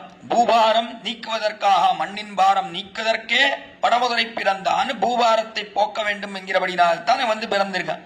அதனாலே கண்ணபிரான் செய்யக்கூடிய காரியம் என்ன அப்படின்னா, அப்படி கொஞ்சம் கொஞ்சமாக இவன் வளர வளர வளர அசுரர்களை கொண்டுண்டே வரான். பூதனை கொன்னா, சகடாசுரத்தை கொன்னா, இவன் வளர்ந்துட்டே வரான். அசுரர்களை தேய வளர்கின்றான், அவர்கள் தேய்ந்து போகும்படியாக வளர்ந்து வருகிறான் இந்த கண்ணபிரான் என்று காட்டினார். தேய வளர்கின்றான், கண்கள் இருந்தவா காணீரே, அப்படிப்பட்டவனுடைய கண். இந்த கண்ணுக்கும் இவ தேயறதுக்கும் என்ன சம்பந்தம் அப்படின்னா, பார்வையிலேயே அவர்களை முடித்து விடுகிறான். அதான் கண்ணுக்கு உண்டான பெருமை. கண் என்ன பண்றது அப்படின்னா, வச்சனா லோச்சனாபியாம் பிபன்னிவா வச்சனா சாந்தவித்வைனம் வச்சனா லோச்சனாபியாம் பிபன்னிவா என்று வச்சசா சாந்தவித்வைனம் என்று எம்பெருமான் பேசினான் என்று சொன்னால், அப்படிப்பட்ட பேச்சு அவனுடைய கண்ணழகு.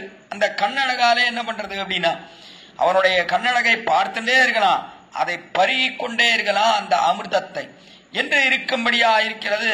யாருக்குன்னு? அது ஆசிரிதர்களுக்கு, எம்பெருமானை பற்றினவர்களுக்கு. அதே சமயத்துல எதிரிகளுக்கு எப்படி இருக்கு அப்படின்னா, துஷோதனனை அந்த அடல பிடித்தானே அச்சோ அச்சோ, ஆழியங்கையனே அச்சோ அச்சோ, மேலே பெரியாழ்வாரே சொல்ல போற. துரியோதனனை அடல பிடித்தான், பார்த்தானோ இல்லையோ, அப்படியே நெருப்பை கக்குகிறா போலே விடியை கொண்டு பார்த்தான். என்ன அநியாயம், பாண்டவர்களையா எதிர்க்கிறாய்? என்னையே பற்றி இருக்கிறார்கள் பாண்டவர்கள், அப்படிப்பட்டவர்களை நீ எதிர்க்கிறாய் என்று எரித்தான் கண்ணபிரான் தன்னுடைய கண்களாலே. அதனாலே கண்ணை கொண்டே என்ன பண்றான் அப்படின்னா, எல்லாரையும் அழிக்கிறான் கண்ணபிரான். அதனால்தான் இவனை வளர வளர அசுரர்களை தேயும்படியா செய்கிறானே. அதுக்கும் கண்ணுக்கும் என்ன சம்பந்தம்னா, கண்ணாலே அவர்களை முடிக்கக்கூடிய சாமர்த்தியம் படைத்தவன், கண்ணாலே ஆசிரிதர்களை வாழும்படியாகவும், கண்ணாலே அசுரர்கள் எதிரிகளை வீடும்படியாகவும் செய்யக்கூடியவன் எம்பெருமான். அதனாலே இங்கே காட்டுகிறார் ஆச்சரியமாக, திங்கொள் அசுரரை தேய வளர்கின்றான், கண்கள் இருந்தவா காணீரே, கனவளையீர் வந்து காணீரே. கனவளையீர் வளையலை, ஆச்சரியமான வளையலை அணிந்தவர்கள் வந்து காணீர் என்று தெரிவித்து, அதற்கு மேலே 17ஆம் பாசுரம். அந்த பாசுரத்திலே பருவம் நிரம்பாமே பாரெல்லாம் அமுய்யா, திருவின் வடிவொக்கும் தேவகி பெற்றா, உருவகரியா ஒளிமணி வண்ணன், புருவம் இருந்தவா காணீரே, பூன்முளையீர் வந்து காணீரே என்று அடுத்தபடியாக புருவம், கண்ணுக்கு மேல இருக்கக்கூடிய புருவம், அந்த புருவத்தை தெரிவிக்கிறார் இங்கே. பருவம் நிரம்பாமே பாரெல்லாம் மூய்யா, பருவம் நிரம்பாமே, இன்னும் வயசே நிரம்பாமல், பாரெல்லாம் லோகமெல்லாம் உய்ய, திருவின் வடிவொக்கும் தேவகி பெற்றா. திருவின் வடிவொக்கும், திருவைப்போடையே அழகு, வடிவொக்கம்னா என்ன, அதே சுபாவத்தோடைய கூடினம். அதான் முதல் பாசுரத்தில் தெரிவித்தார் ஒழியும். சீதக்கடல் உள்ளமுதன்ன தேவகின்னு சொன்னார் ஒழியும். திருவின் வடிவொக்கும்னா என்ன, அவளுடைய சுபாவத்துக்கு சேர இருக்கிற தேவகி அவள் பற்ற. உருவுகரியா ஒளிமணி வண்ணன், உருவுகரியா என்று நன்ன கருத்த நிறத்தோடைய கூடின, அந்த ஒளிமணியோ படிக்கும் வெடியான ஒரு நிறத்தோடைய கூடின கண்ணபிரான், அப்படிப்பட்டவனுடைய புருவம் இருந்தவா காணீரே.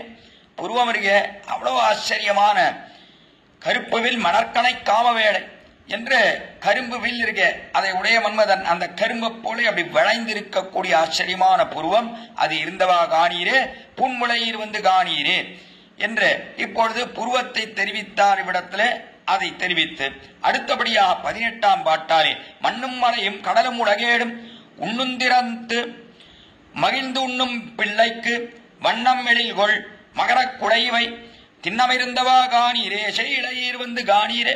அடுத்தபடியா மகரக்குடைவை என்று காதிலே இட்டிருக்கக்கூடிய ஆச்சரியமான அந்த ஆபரணம், அது நன்னா பளபளன்னு மின்றது. அது எப்படி இருக்கக்கூடிய மண்ணும் மலையும் கடலும் உலகேடும். மண்ணு மலை, மண்ணு இந்த பூமி, மண்ணும் மலை அது நன்றாக இருக்கும்படியாக திருடமாக இருக்கும்படியாக ஆணியடித்தா போல இருக்கக்கூடிய குலபர்வதங்கள் மண்ணும் மலையும், கடலும் உலகேடும். அதற்கு மேலே இந்த பூமியை ரட்சிக்கக்கூடிய கடல், இந்த உலகு ஏழும், 7 லோகங்களும். உண்ணுந்திரத்து மகிழ்ந்துண்ணும் பிள்ளைக்கு உண்ணுந்திரத்து, அதையெல்லாம் வயிற்றிலே வைத்து நன்றாக ரட்சித்து ஆனந்தத்தை அடைந்த இந்த பிள்ளை கண்ணபிரானுக்கு பிள்ளைக்கு வண்ணமெழில்கொள் மகரக் குடைவை. வண்ணமெழில்கொள் ஆனந்தத்தாலே என்ன ஏற்பட்டது அப்படின்னா, எல்லாம் பளபளான்னு அப்படியே காது காப்புகள் எல்லாம் கர்ணபாசங்கள் எல்லாம் பளபளான்னு மின்றது நான் இடத்துல. அதெல்லாத்தையும் உண்டு ரட்சித்தானோலையோ, எல்லா லோகத்தையும் தன்னுடைய வயிற்றிலே வைத்து ரட்சித்தபடினாலே ரட்சகனுடைய காரியம் ரட்சிப்பது. நாளே எம்பெருமான் எல்லாத்தையும் உண்டு ரட்சித்தபடினாலே காதிலே நன்றாக அப்படி பழபடான்னு மின்றது. அதனால எடுத்து காட்டுகிறார் இடத்துல, வண்ணமெழில்கொள் மகர குலைவை திண்ணமிருந்தவா காணீர். அது திடமாக இருக்கக்கூடிய அந்த ஆச்சரியமான காது, அதை பாருங்கோ சீழையீர் வந்து காணீர் என்று காதை தெரிவித்து, அதற்கு பிற்பாடு 19ஆம் பாட்டாலே இடத்திலே முற்றிலும் தூதையும் முன்கை மேல் பூவையும் சிற்றிழைத்து திரிதருவோர்களை பற்றி பறித்து கொண்டோடும் பரமன் தன் நெற்றி இருந்தவா காணீரே நீழையீர் வந்து காணீரே. அடுத்தபடியா நெத்தி காதாயிடுத்து, கண்ணு புருவம் இதெல்லாம் ஆன பிற்பாடு நெத்தி எப்படி இருக்கு கண்ணனுக்குன்னா அதை வர்ணிக்கிறார் ஆச்சரியமா. முற்றிலும் தூதையும் முன்கை மேல் பூவையும் முற்றிலும் தூதையும் என்று முற்றில் தூதை. முற்றில்னு சொன்னா முறம் இருக்கே, அதாவது பெண்கள் எல்லாம் என்ன பண்றா அப்படின்னா சிற்றில் இழைப்பது அப்படின்னு முறத்தாலே மண்ணெல்லாம் நன்னா அதுல இருக்கக்கூடிய கற்களை எல்லாம் போகும்படியா முறத்தாலே நன்னா அதை புடைச்சு மண்ணை புடைச்சு நன்னா சிறு மண் ரொம்ப மிருதுவா இருக்கக்கூடிய மண்ணாக எடுத்து அதாலே சிறிய இல்லுகள் வீடுகளை கட்டி விளையாடுவது என்பது ஒன்று உண்டு. அதற்கு முற்றில் அது முறமும் தூதையும். அடுத்தபடியா தூதைன்னு சொன்னா இடத்துல சிறிய அடுப்பு, அதாவது மண் சோறு செய்வது என்று ஒன்று விளையாட்டு. அப்படி அதற்காக இருக்கக்கூடிய ஒரு அடுப்பும் சிறிய அடுப்பும் முற்றிலும் தூதையும் முன்கை மேல் பூவையும், முன்கை மேல் தங்களுடைய கைமேல் பூவை என்று சொன்னால் இவ்விடத்துல பறவை பூவைன்னு சொல்லக்கூடியது, அந்த பறவை மைனா பறவை, அந்த பறவையும் வைத்துக் கொண்டிருக்கிறார்கள். அப்படிப்பட்ட பூவையும் அந்த பூவையும் சிற்றிழைத்து திரிதருவோர்களை சிற்றில் அதை எல்லாத்தையும் நன்னா இழைத்து அதெல்லாம் சின்ன வீடுகளை கட்டி அப்படி விளையாடி கொண்டிருக்கக்கூடியவர்களை இவன் என்ன பண்றான்? கண்ணபிரான் வெறுமை இருக்க மாட்டான். சிற்றில் இழைக்கிறானா புழுக்காது. நம்ம பார்க்காம எதையோ சின்ன வீடை கட்டுறேன் அதை கட்டுறேன்னு பண்ணிட்டு இருக்கா, நம்ம எல்லவோ பார்க்க வேண்டும் என்று கண்ணபிரான் என்ன பண்ணுவான்னா அதை அழிக்க போவான். அழிக்க போனான்னா பொறுக்காது இவர்களுக்கு. அதனாலே இவன் கண்ணபிரான் என்ன பண்றான் அப்படின்னா எப்படி அழிக்கிறான் தெரிவிக்கிறார். சிற்றிழைத்து திரிதருவோர்களை பற்றி பறித்து கொண்டோடும் பரமந்தன். பற்றி பறித்து அதையெல்லாம் பற்றி இவர்கள் கையிலிருந்து அந்த பறவையை பறிப்பது, அதற்கு மேலே இவர்கள் கையில இருக்கக்கூடிய முறத்தை பறிப்பது, இந்த அடுப்பை பறிப்பது, இதெல்லாம் பறிச்சுண்டு ஓட பார்ப்பான் கண்ணபிரான். அப்படி ஓடின காலத்துல என்ன ஏற்படுறது? கொட்டி பறித்து கொண்டோடும் பரமந்தன் நெற்றி இருந்தவா காணீர். அப்போ என்ன ஆகுது அப்படின்னா அவனுடைய குடல்லாம் இருக்கு அப்படிலாம் வந்து அப்படியே நெத்தியிலெல்லாம் முன்னாடி நெத்தியிலெல்லாம் வேர்க்கிறது. இப்படிலாம் ஆயாசப்பட்டு சமப்பட்டு காரியம் பண்ணா திருக்குடல்லாம் நெத்தியில வந்து உலருது, ஆங்காங்கே வேர்க்கிறது. இல்ல யுத்த கிருதாயாசம் ஸ்வேதாம்பு கணிகாச்சலம் என்று கிருஷ்ணம் பஷ்ய கிருஷ்ணதசக்கிய முகம் யத் தருணேக்ஷணம். கண்ணபிரான் மல்லர்களுடன் யுத்தம் பண்ணுகிறான். அப்படி யுத்தம் பண்ணும் காலத்துல சகியே தோழிகள் எல்லாம் சொல்றா மதுரையிலே, இதை பார்த்த காலத்துல கண்ணனுடைய முகத்திலே ஆங்காங்கே வேர்த்திருக்கிறது, முத்து முத்தா இருக்குன்னா அந்த வேர்வை துளிகள் நெத்திலே என்று அவர்கள் எல்லாம் தெரிவிக்கிறார்கள். கிருஷ்ணஸ்ய முகம் யத் தருணேக்ஷணம் என்று அருணனை போலே அப்படியே அருணேக்ஷணம்னா அருணன் கால வேளையில தோன்றினான்னா எப்படி சிவந்து இருக்கிறது அதை போலே சக்க சிவந்து காண கிடக்கிறான் கண்ணபிரான். அதே சமயத்தில் ஆங்காங்கே வேர்வை இருக்கிறது என்று ஆயாசமான காரியம் பண்ணினா வேர்க்கிறது இல்லையோ, அதே போலத்தான் இங்கே ஓடி அங்கே ஓடி இவர்களுடைய முறத்தை எல்லாம் இவர்கள் கையிலேருந்து பிடிங்கிண்டு அந்த பறவை எல்லாம் கையிலேருந்து பிடிங்கிட்டு ஓடினா நெத்தியில அங்கங்கே வேர்கிறது. அதனால நெத்தியினுடைய அழகை தெரிவிக்கிறார். இங்கே நெத்தி இருந்தவா காணீரே நேரிழையீர் வந்து காணீரே, வந்து பாருங்கோ நெத்தியை வந்து பாருங்கோ, விலட்சணமான ஆபரணங்களை அணிந்தவர்களே என்று அழைக்கிறாள் இங்கே யசோதை. அதை தெரிவித்து கடைசியிலே 20ஆம் பாட்டு அழகிய பைம்பொன்னின் கோலங்கை கொண்டு களல்கள் சதங்கை கலந்தெங்கு மாற்பா மணகன்றினங்கள் மரித்து திரிவான் குழல்கள் இருந்தவா காணீரே கூமுலையீர் வந்து காணீரே. 2வது பாட்டில் சிரமம் தெரிவித்தார். அழகிய பைம்பொன்னின் கோலங்கை கொண்டு, அழகிய பைம்பொன்னின் கோலம் கை கொண்டுன்னு ரொம்ப அழகான கை, அந்த கையை கொண்டு அங்கை கொண்டு கடல்கள் சதங்கை கலந்தெங்கு மாற்பா, கடல்கள் சதங்கை கலந்தெங்கு மாற்பா, காலிலே இட்டு இருக்கக்கூடிய சதங்கைனா அதெல்லாம் நன்னா சப்திக்கும்படியாக இடத்திலே கண்ணபிரான் கலந்தெங்கு மார்பா காலிலே இருக்கக்கூடிய அந்த கொலுசுகள் என்ன, அதே போல வீரக்கடல் அதையும் அணிந்திருக்க, அதெல்லாம் ரெண்டும் ஒன்னோடு ஒன்று ஒராசி நன்றாக சப்தம் செய்கிறது. இவ்விடத்திலே அடைய பைம்பொன்னின் கோல் கை அங்கை கொண்டு, கோல் நல்ல ஆச்சரியமான கோல், தன்னுடைய கையிலே மாடை மேய்ப்பதற்காக இருக்கக்கூடிய பொன்னின் கோல் என்று தங்கக்கோல், அந்த கோலை கையிலே ஏந்தினவனாயிருக்கிறான். சிறுகோல், அதை அழகிய கையிலே அங்கை கொண்டு என்று அழகிய கையை கொண்டு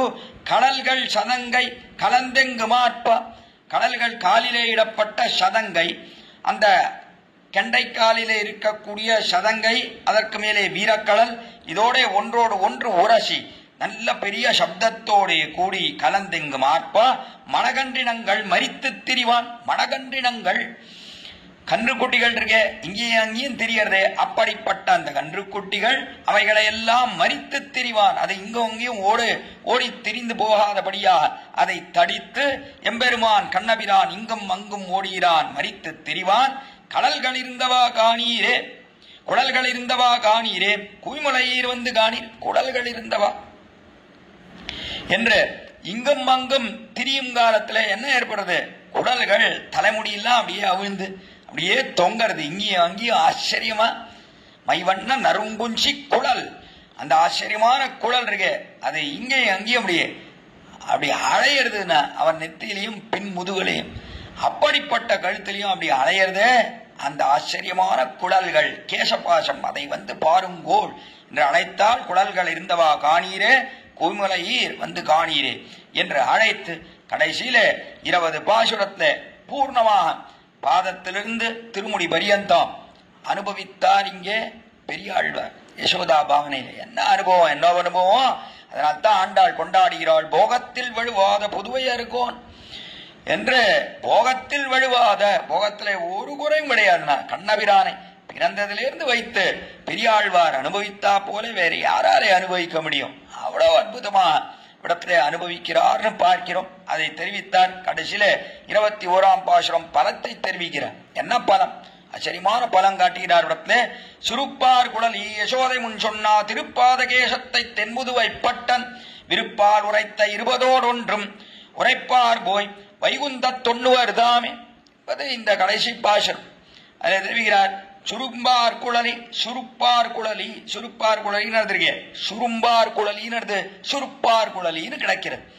சுருப்பார் குழலின்னா என்ன, சுரும்பார் குழலி யசோதை முன் சொன்னா என்று யசோதை முன்பு சொன்னதற்கே என்ன ஆச்சரியமான குழலோடைய கூடினவள், ரொம்ப அழகிய குழல், வண்டுகள் எல்லாம் ரீங்காரம் பண்ணக்கூடிய குழல், அப்படிப்பட்ட பூவை வைத்திருக்கக்கூடிய குழல், அந்த குழல் அதோட கூடின யசோதை முன் சொன்ன அவள் தெரிவித்ததை திருப்பாதகேசத்தை தென்புதுவை பட்டன், அதை அப்படியே அனுபவிக்கிறார்னா.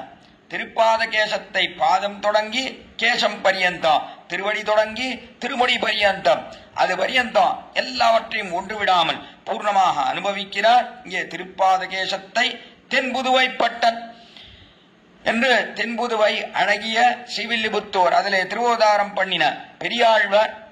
அப்படிப்பட்ட பெரியாழ்வார் தென்புதுவை பட்டன் விருப்பால் உரைத்த 20 விருப்பால் உரைத்த, ரொம்ப விருப்பத்தோட உரைக்கப்பட்ட இந்த 20 உரைப்பார் போய். இதை யாரு விருப்பத்தோட உரைக்கிறார்கள், இதில் அர்த்தத்தை தெரிந்து கொண்டு சொல்லுகிறார்கள் அல்லது பாசுரங்களை மட்டும் அனுசந்தானம் பண்ணுகிறார்கள். அப்படி இருந்தாலும் உரைப்பார் போய் வைகுந்த 90 தாமே, இவர்கள் எல்லாம் வைகுந்தத்திலே போய் சேருவார்கள். வைகுந்தத்திலே சேர்ந்து என்ன பண்ணுவார்கள் அப்படின்னா, இங்க பதிகத்துல எல்லாம் என்ன, ஆழ்வார் பெரியாழ்வாருக்கு எப்பொழுதும் கண்ணனுக்கு என்ன ஆபத்தோ என்ன ஆபத்து என்று பயந்து பயந்து தானே பாசுரம் பாடுறார். அத்தத்தின் பத்தான என்றெல்லாம் பயந்துத்தானே தெரிவிக்கிறார்.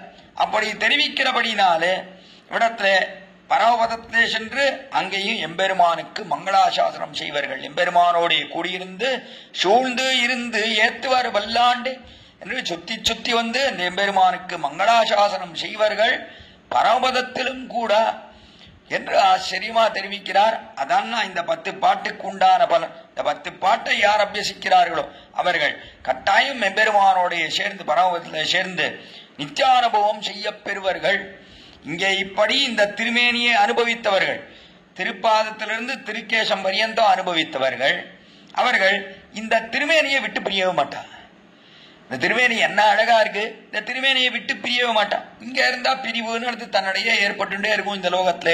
அதனால்தான் பெரியாழ்வார் என்ன பண்ணார் அப்படின்னா, இதை யார் அனுபவிக்கிறாரோ இந்த திருமேனி அழகு இருக்கே, என்ன அழகு என்ன அழகு, பாதத்திலிருந்து கேசம் பரியந்தம் அவ்வளவு அற்புதமாக தெரிவிக்கிறார்கள் பெரியாழ்வார். இந்த அழகை விட்டு பிரியாமல் இருக்க வேணும்னா எங்க இருக்கணும்னா பரமபதத்துல இருக்கணும். நாளை யாரெல்லாம் இந்த 10 பாசுரங்களை அபியசிக்கிறார்களோ அவர்கள் கட்டாயம் அங்கு சென்று பரமபதத்துக்கு சென்று எம்பெருமானாய் பாதாதி கேசாந்தம் பரிபூர்ணமாக நித்தியம் இடைவிடாமல் ஒரு விச்சேதம் இல்லாமல் தடையின்றி எப்பொழுதும் அனுபவிக்க பெறுவர்கள். அப்படி அனுபவிக்கிறபடினாலே என்ன ஏற்படும் அப்படின்னா, அந்த அழகுக்கு தோற்று சூழ்ந்திருந்தேத்துவர் பல்லாண்டேன்னு முன்னாடி நின்று பல்லாண்டு பாடுவா, பக்கத்துல போய் அங்க நின்று பல்லாண்டு பாடுவா, பின்னாடி வந்தா முன்னிலும் பின்னழகிய பெருமாள் என்ன அழகு என்ன அழகு பின்னழகு என்று அந்த பின்னழகுக்கு பல்லாண்டு பாடி மறுபடியும் அப்படியே சுத்தி வந்து வந்து பல்லாண்டு பாடிக்கொண்டே இருப்பார்களே தவிர வேறொன்று கிடையாது.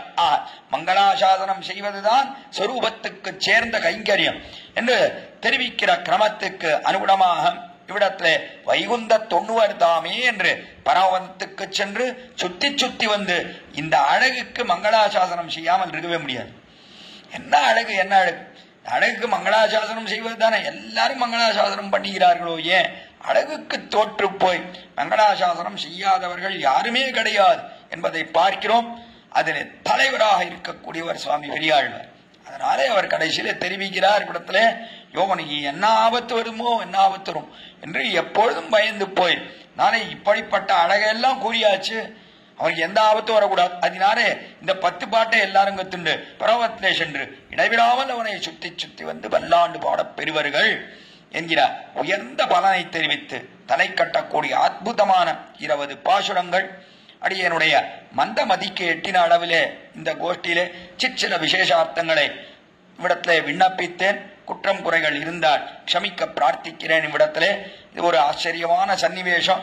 இப்படிப்பட்ட அற்புதமான ஒரு உபன்யாச மாலை அதிலே அடியேனையும் தெரிவிக்கும்படியாக நியமித்த ஸ்ரீமத் வேதமார்க்க பிரதிஷ்டாபனாச்சாரிய உபயவேதாந்த பிரவர்த்தகராய் பரமஹம்ச பரிவிராஜக ஆச்சாரியராக எழுந்தருளி இருக்கக்கூடிய யதுகிரி நாராயண ராமானுஜ ஜீயர் சுவாமி, அப்படிப்பட்ட ஜீயர் சுவாமி திருவடித்தாமரைகள் அடியேன் கரம் குவித்து சென்னி சேர்த்து வணங்கி தலையெல்லால் கைமாறிலேனே என்கிற கிருதஜதையை தெரிவித்துக் கொண்டு, அதற்கு மேலே இப்படிப்பட்ட இந்த உபன்யாச மாலை அது எம்ஓ பார்த்தசாரதி சிவே எம்ஓ பார்த்தசாரதி எங்க அந்த சுவாமியினுடைய சேரிட்டிஸ் மூலமாக இவ்விடத்திலே நடந்து வருகிறது என்கிறபடினாலே அதற்கும் பல்லாண்டு பல்லாண்டு என்று மங்களாசாசனம் பாடி இதற்கு முனைவராக இருக்கக்கூடியவர் ஸ்ரீமத் வேதமார்க்க பிரதிஷ்டாபனாச்சாரிய உபயவேதாந்த பிரவர்த்தகராய் திருவள்ளிக்கேணியிலே பார்த்தசாரதிக்கு நித்தியம் கைங்கரியம் செய்து போறக்கூடிய டாக்டர் எம்.ஏ. வெங்கடகிருஷ்ணமாச்சாரியர் சுவாமி, அந்த சுவாமியினுடைய திருவடித்தாமரைகளுக்கும் அடியனுடைய கிருதஜதைகளை தலையில்லால் கைமாறிலேனே என்று தெரிவித்து, இப்படிப்பட்ட அவகாசத்தை ஏற்படுத்தி கொடுத்த அனைவருக்கும் அடியனுடைய கிருதஜதை தெரிவித்து, கோட்டியார் எல்லாரும் இத்தனை காலம் பொறுமையாக கேட்டுக்கொண்டிருந்த ஆச்சரியமான கண்ணபிரானுடைய வடிவழகு, திருப்பாதத்திலிருந்து திருக்கேசம் பரியந்தம் அனுபவித்த வடிவழகு, அப்படிப்பட்ட கோட்டியாருடைய பொறுமைக்கு அடியன் பல்லாண்டு பல்லாண்டு பல்லாண்டு என்று பல்லாண்டு பாடி அடியோமோடும் நின்னோடும் பிரிவின்னி 1000 பல்லாண்டு என்கிற பிரார்த்தனையை தெரிவித்து அடியன் அமைகிறேன். குற்றம் குறைகளை க்ஷமிக்க பிரார்த்திக்கிறேன். ஸ்ரீமத்தே விஷ்ணுஜித்தாரிய மனோநந்தன ஹேதவே நந்தநந்தன சுந்தரியை கோதாய நித்யமங்கலம் ஸ்ரீநகரியாம் மகாபுரியாம் தாம்பரபன்யுத்தரே தடே ஸ்ரீதிந்திரணி மூலதாம்னே ஷடகோபாய மங்கலம் ஸ்ரீமதே ரம்யஜாமாத்ரு முனீந்திராய மகாத்மனே ஸ்ரீரங்கவாசினே பூயாத் நித்யஸ்ரீர் நித்யமங்கலம். ஆழ்வார் திருவடிகளே சரணம், பெரிய ஆழ்வார் திருவடிகளே சரணம், எம்பெருமானார் திருவடிகளே சரணம், ஜீயர் திருவடிகளே சரணம்.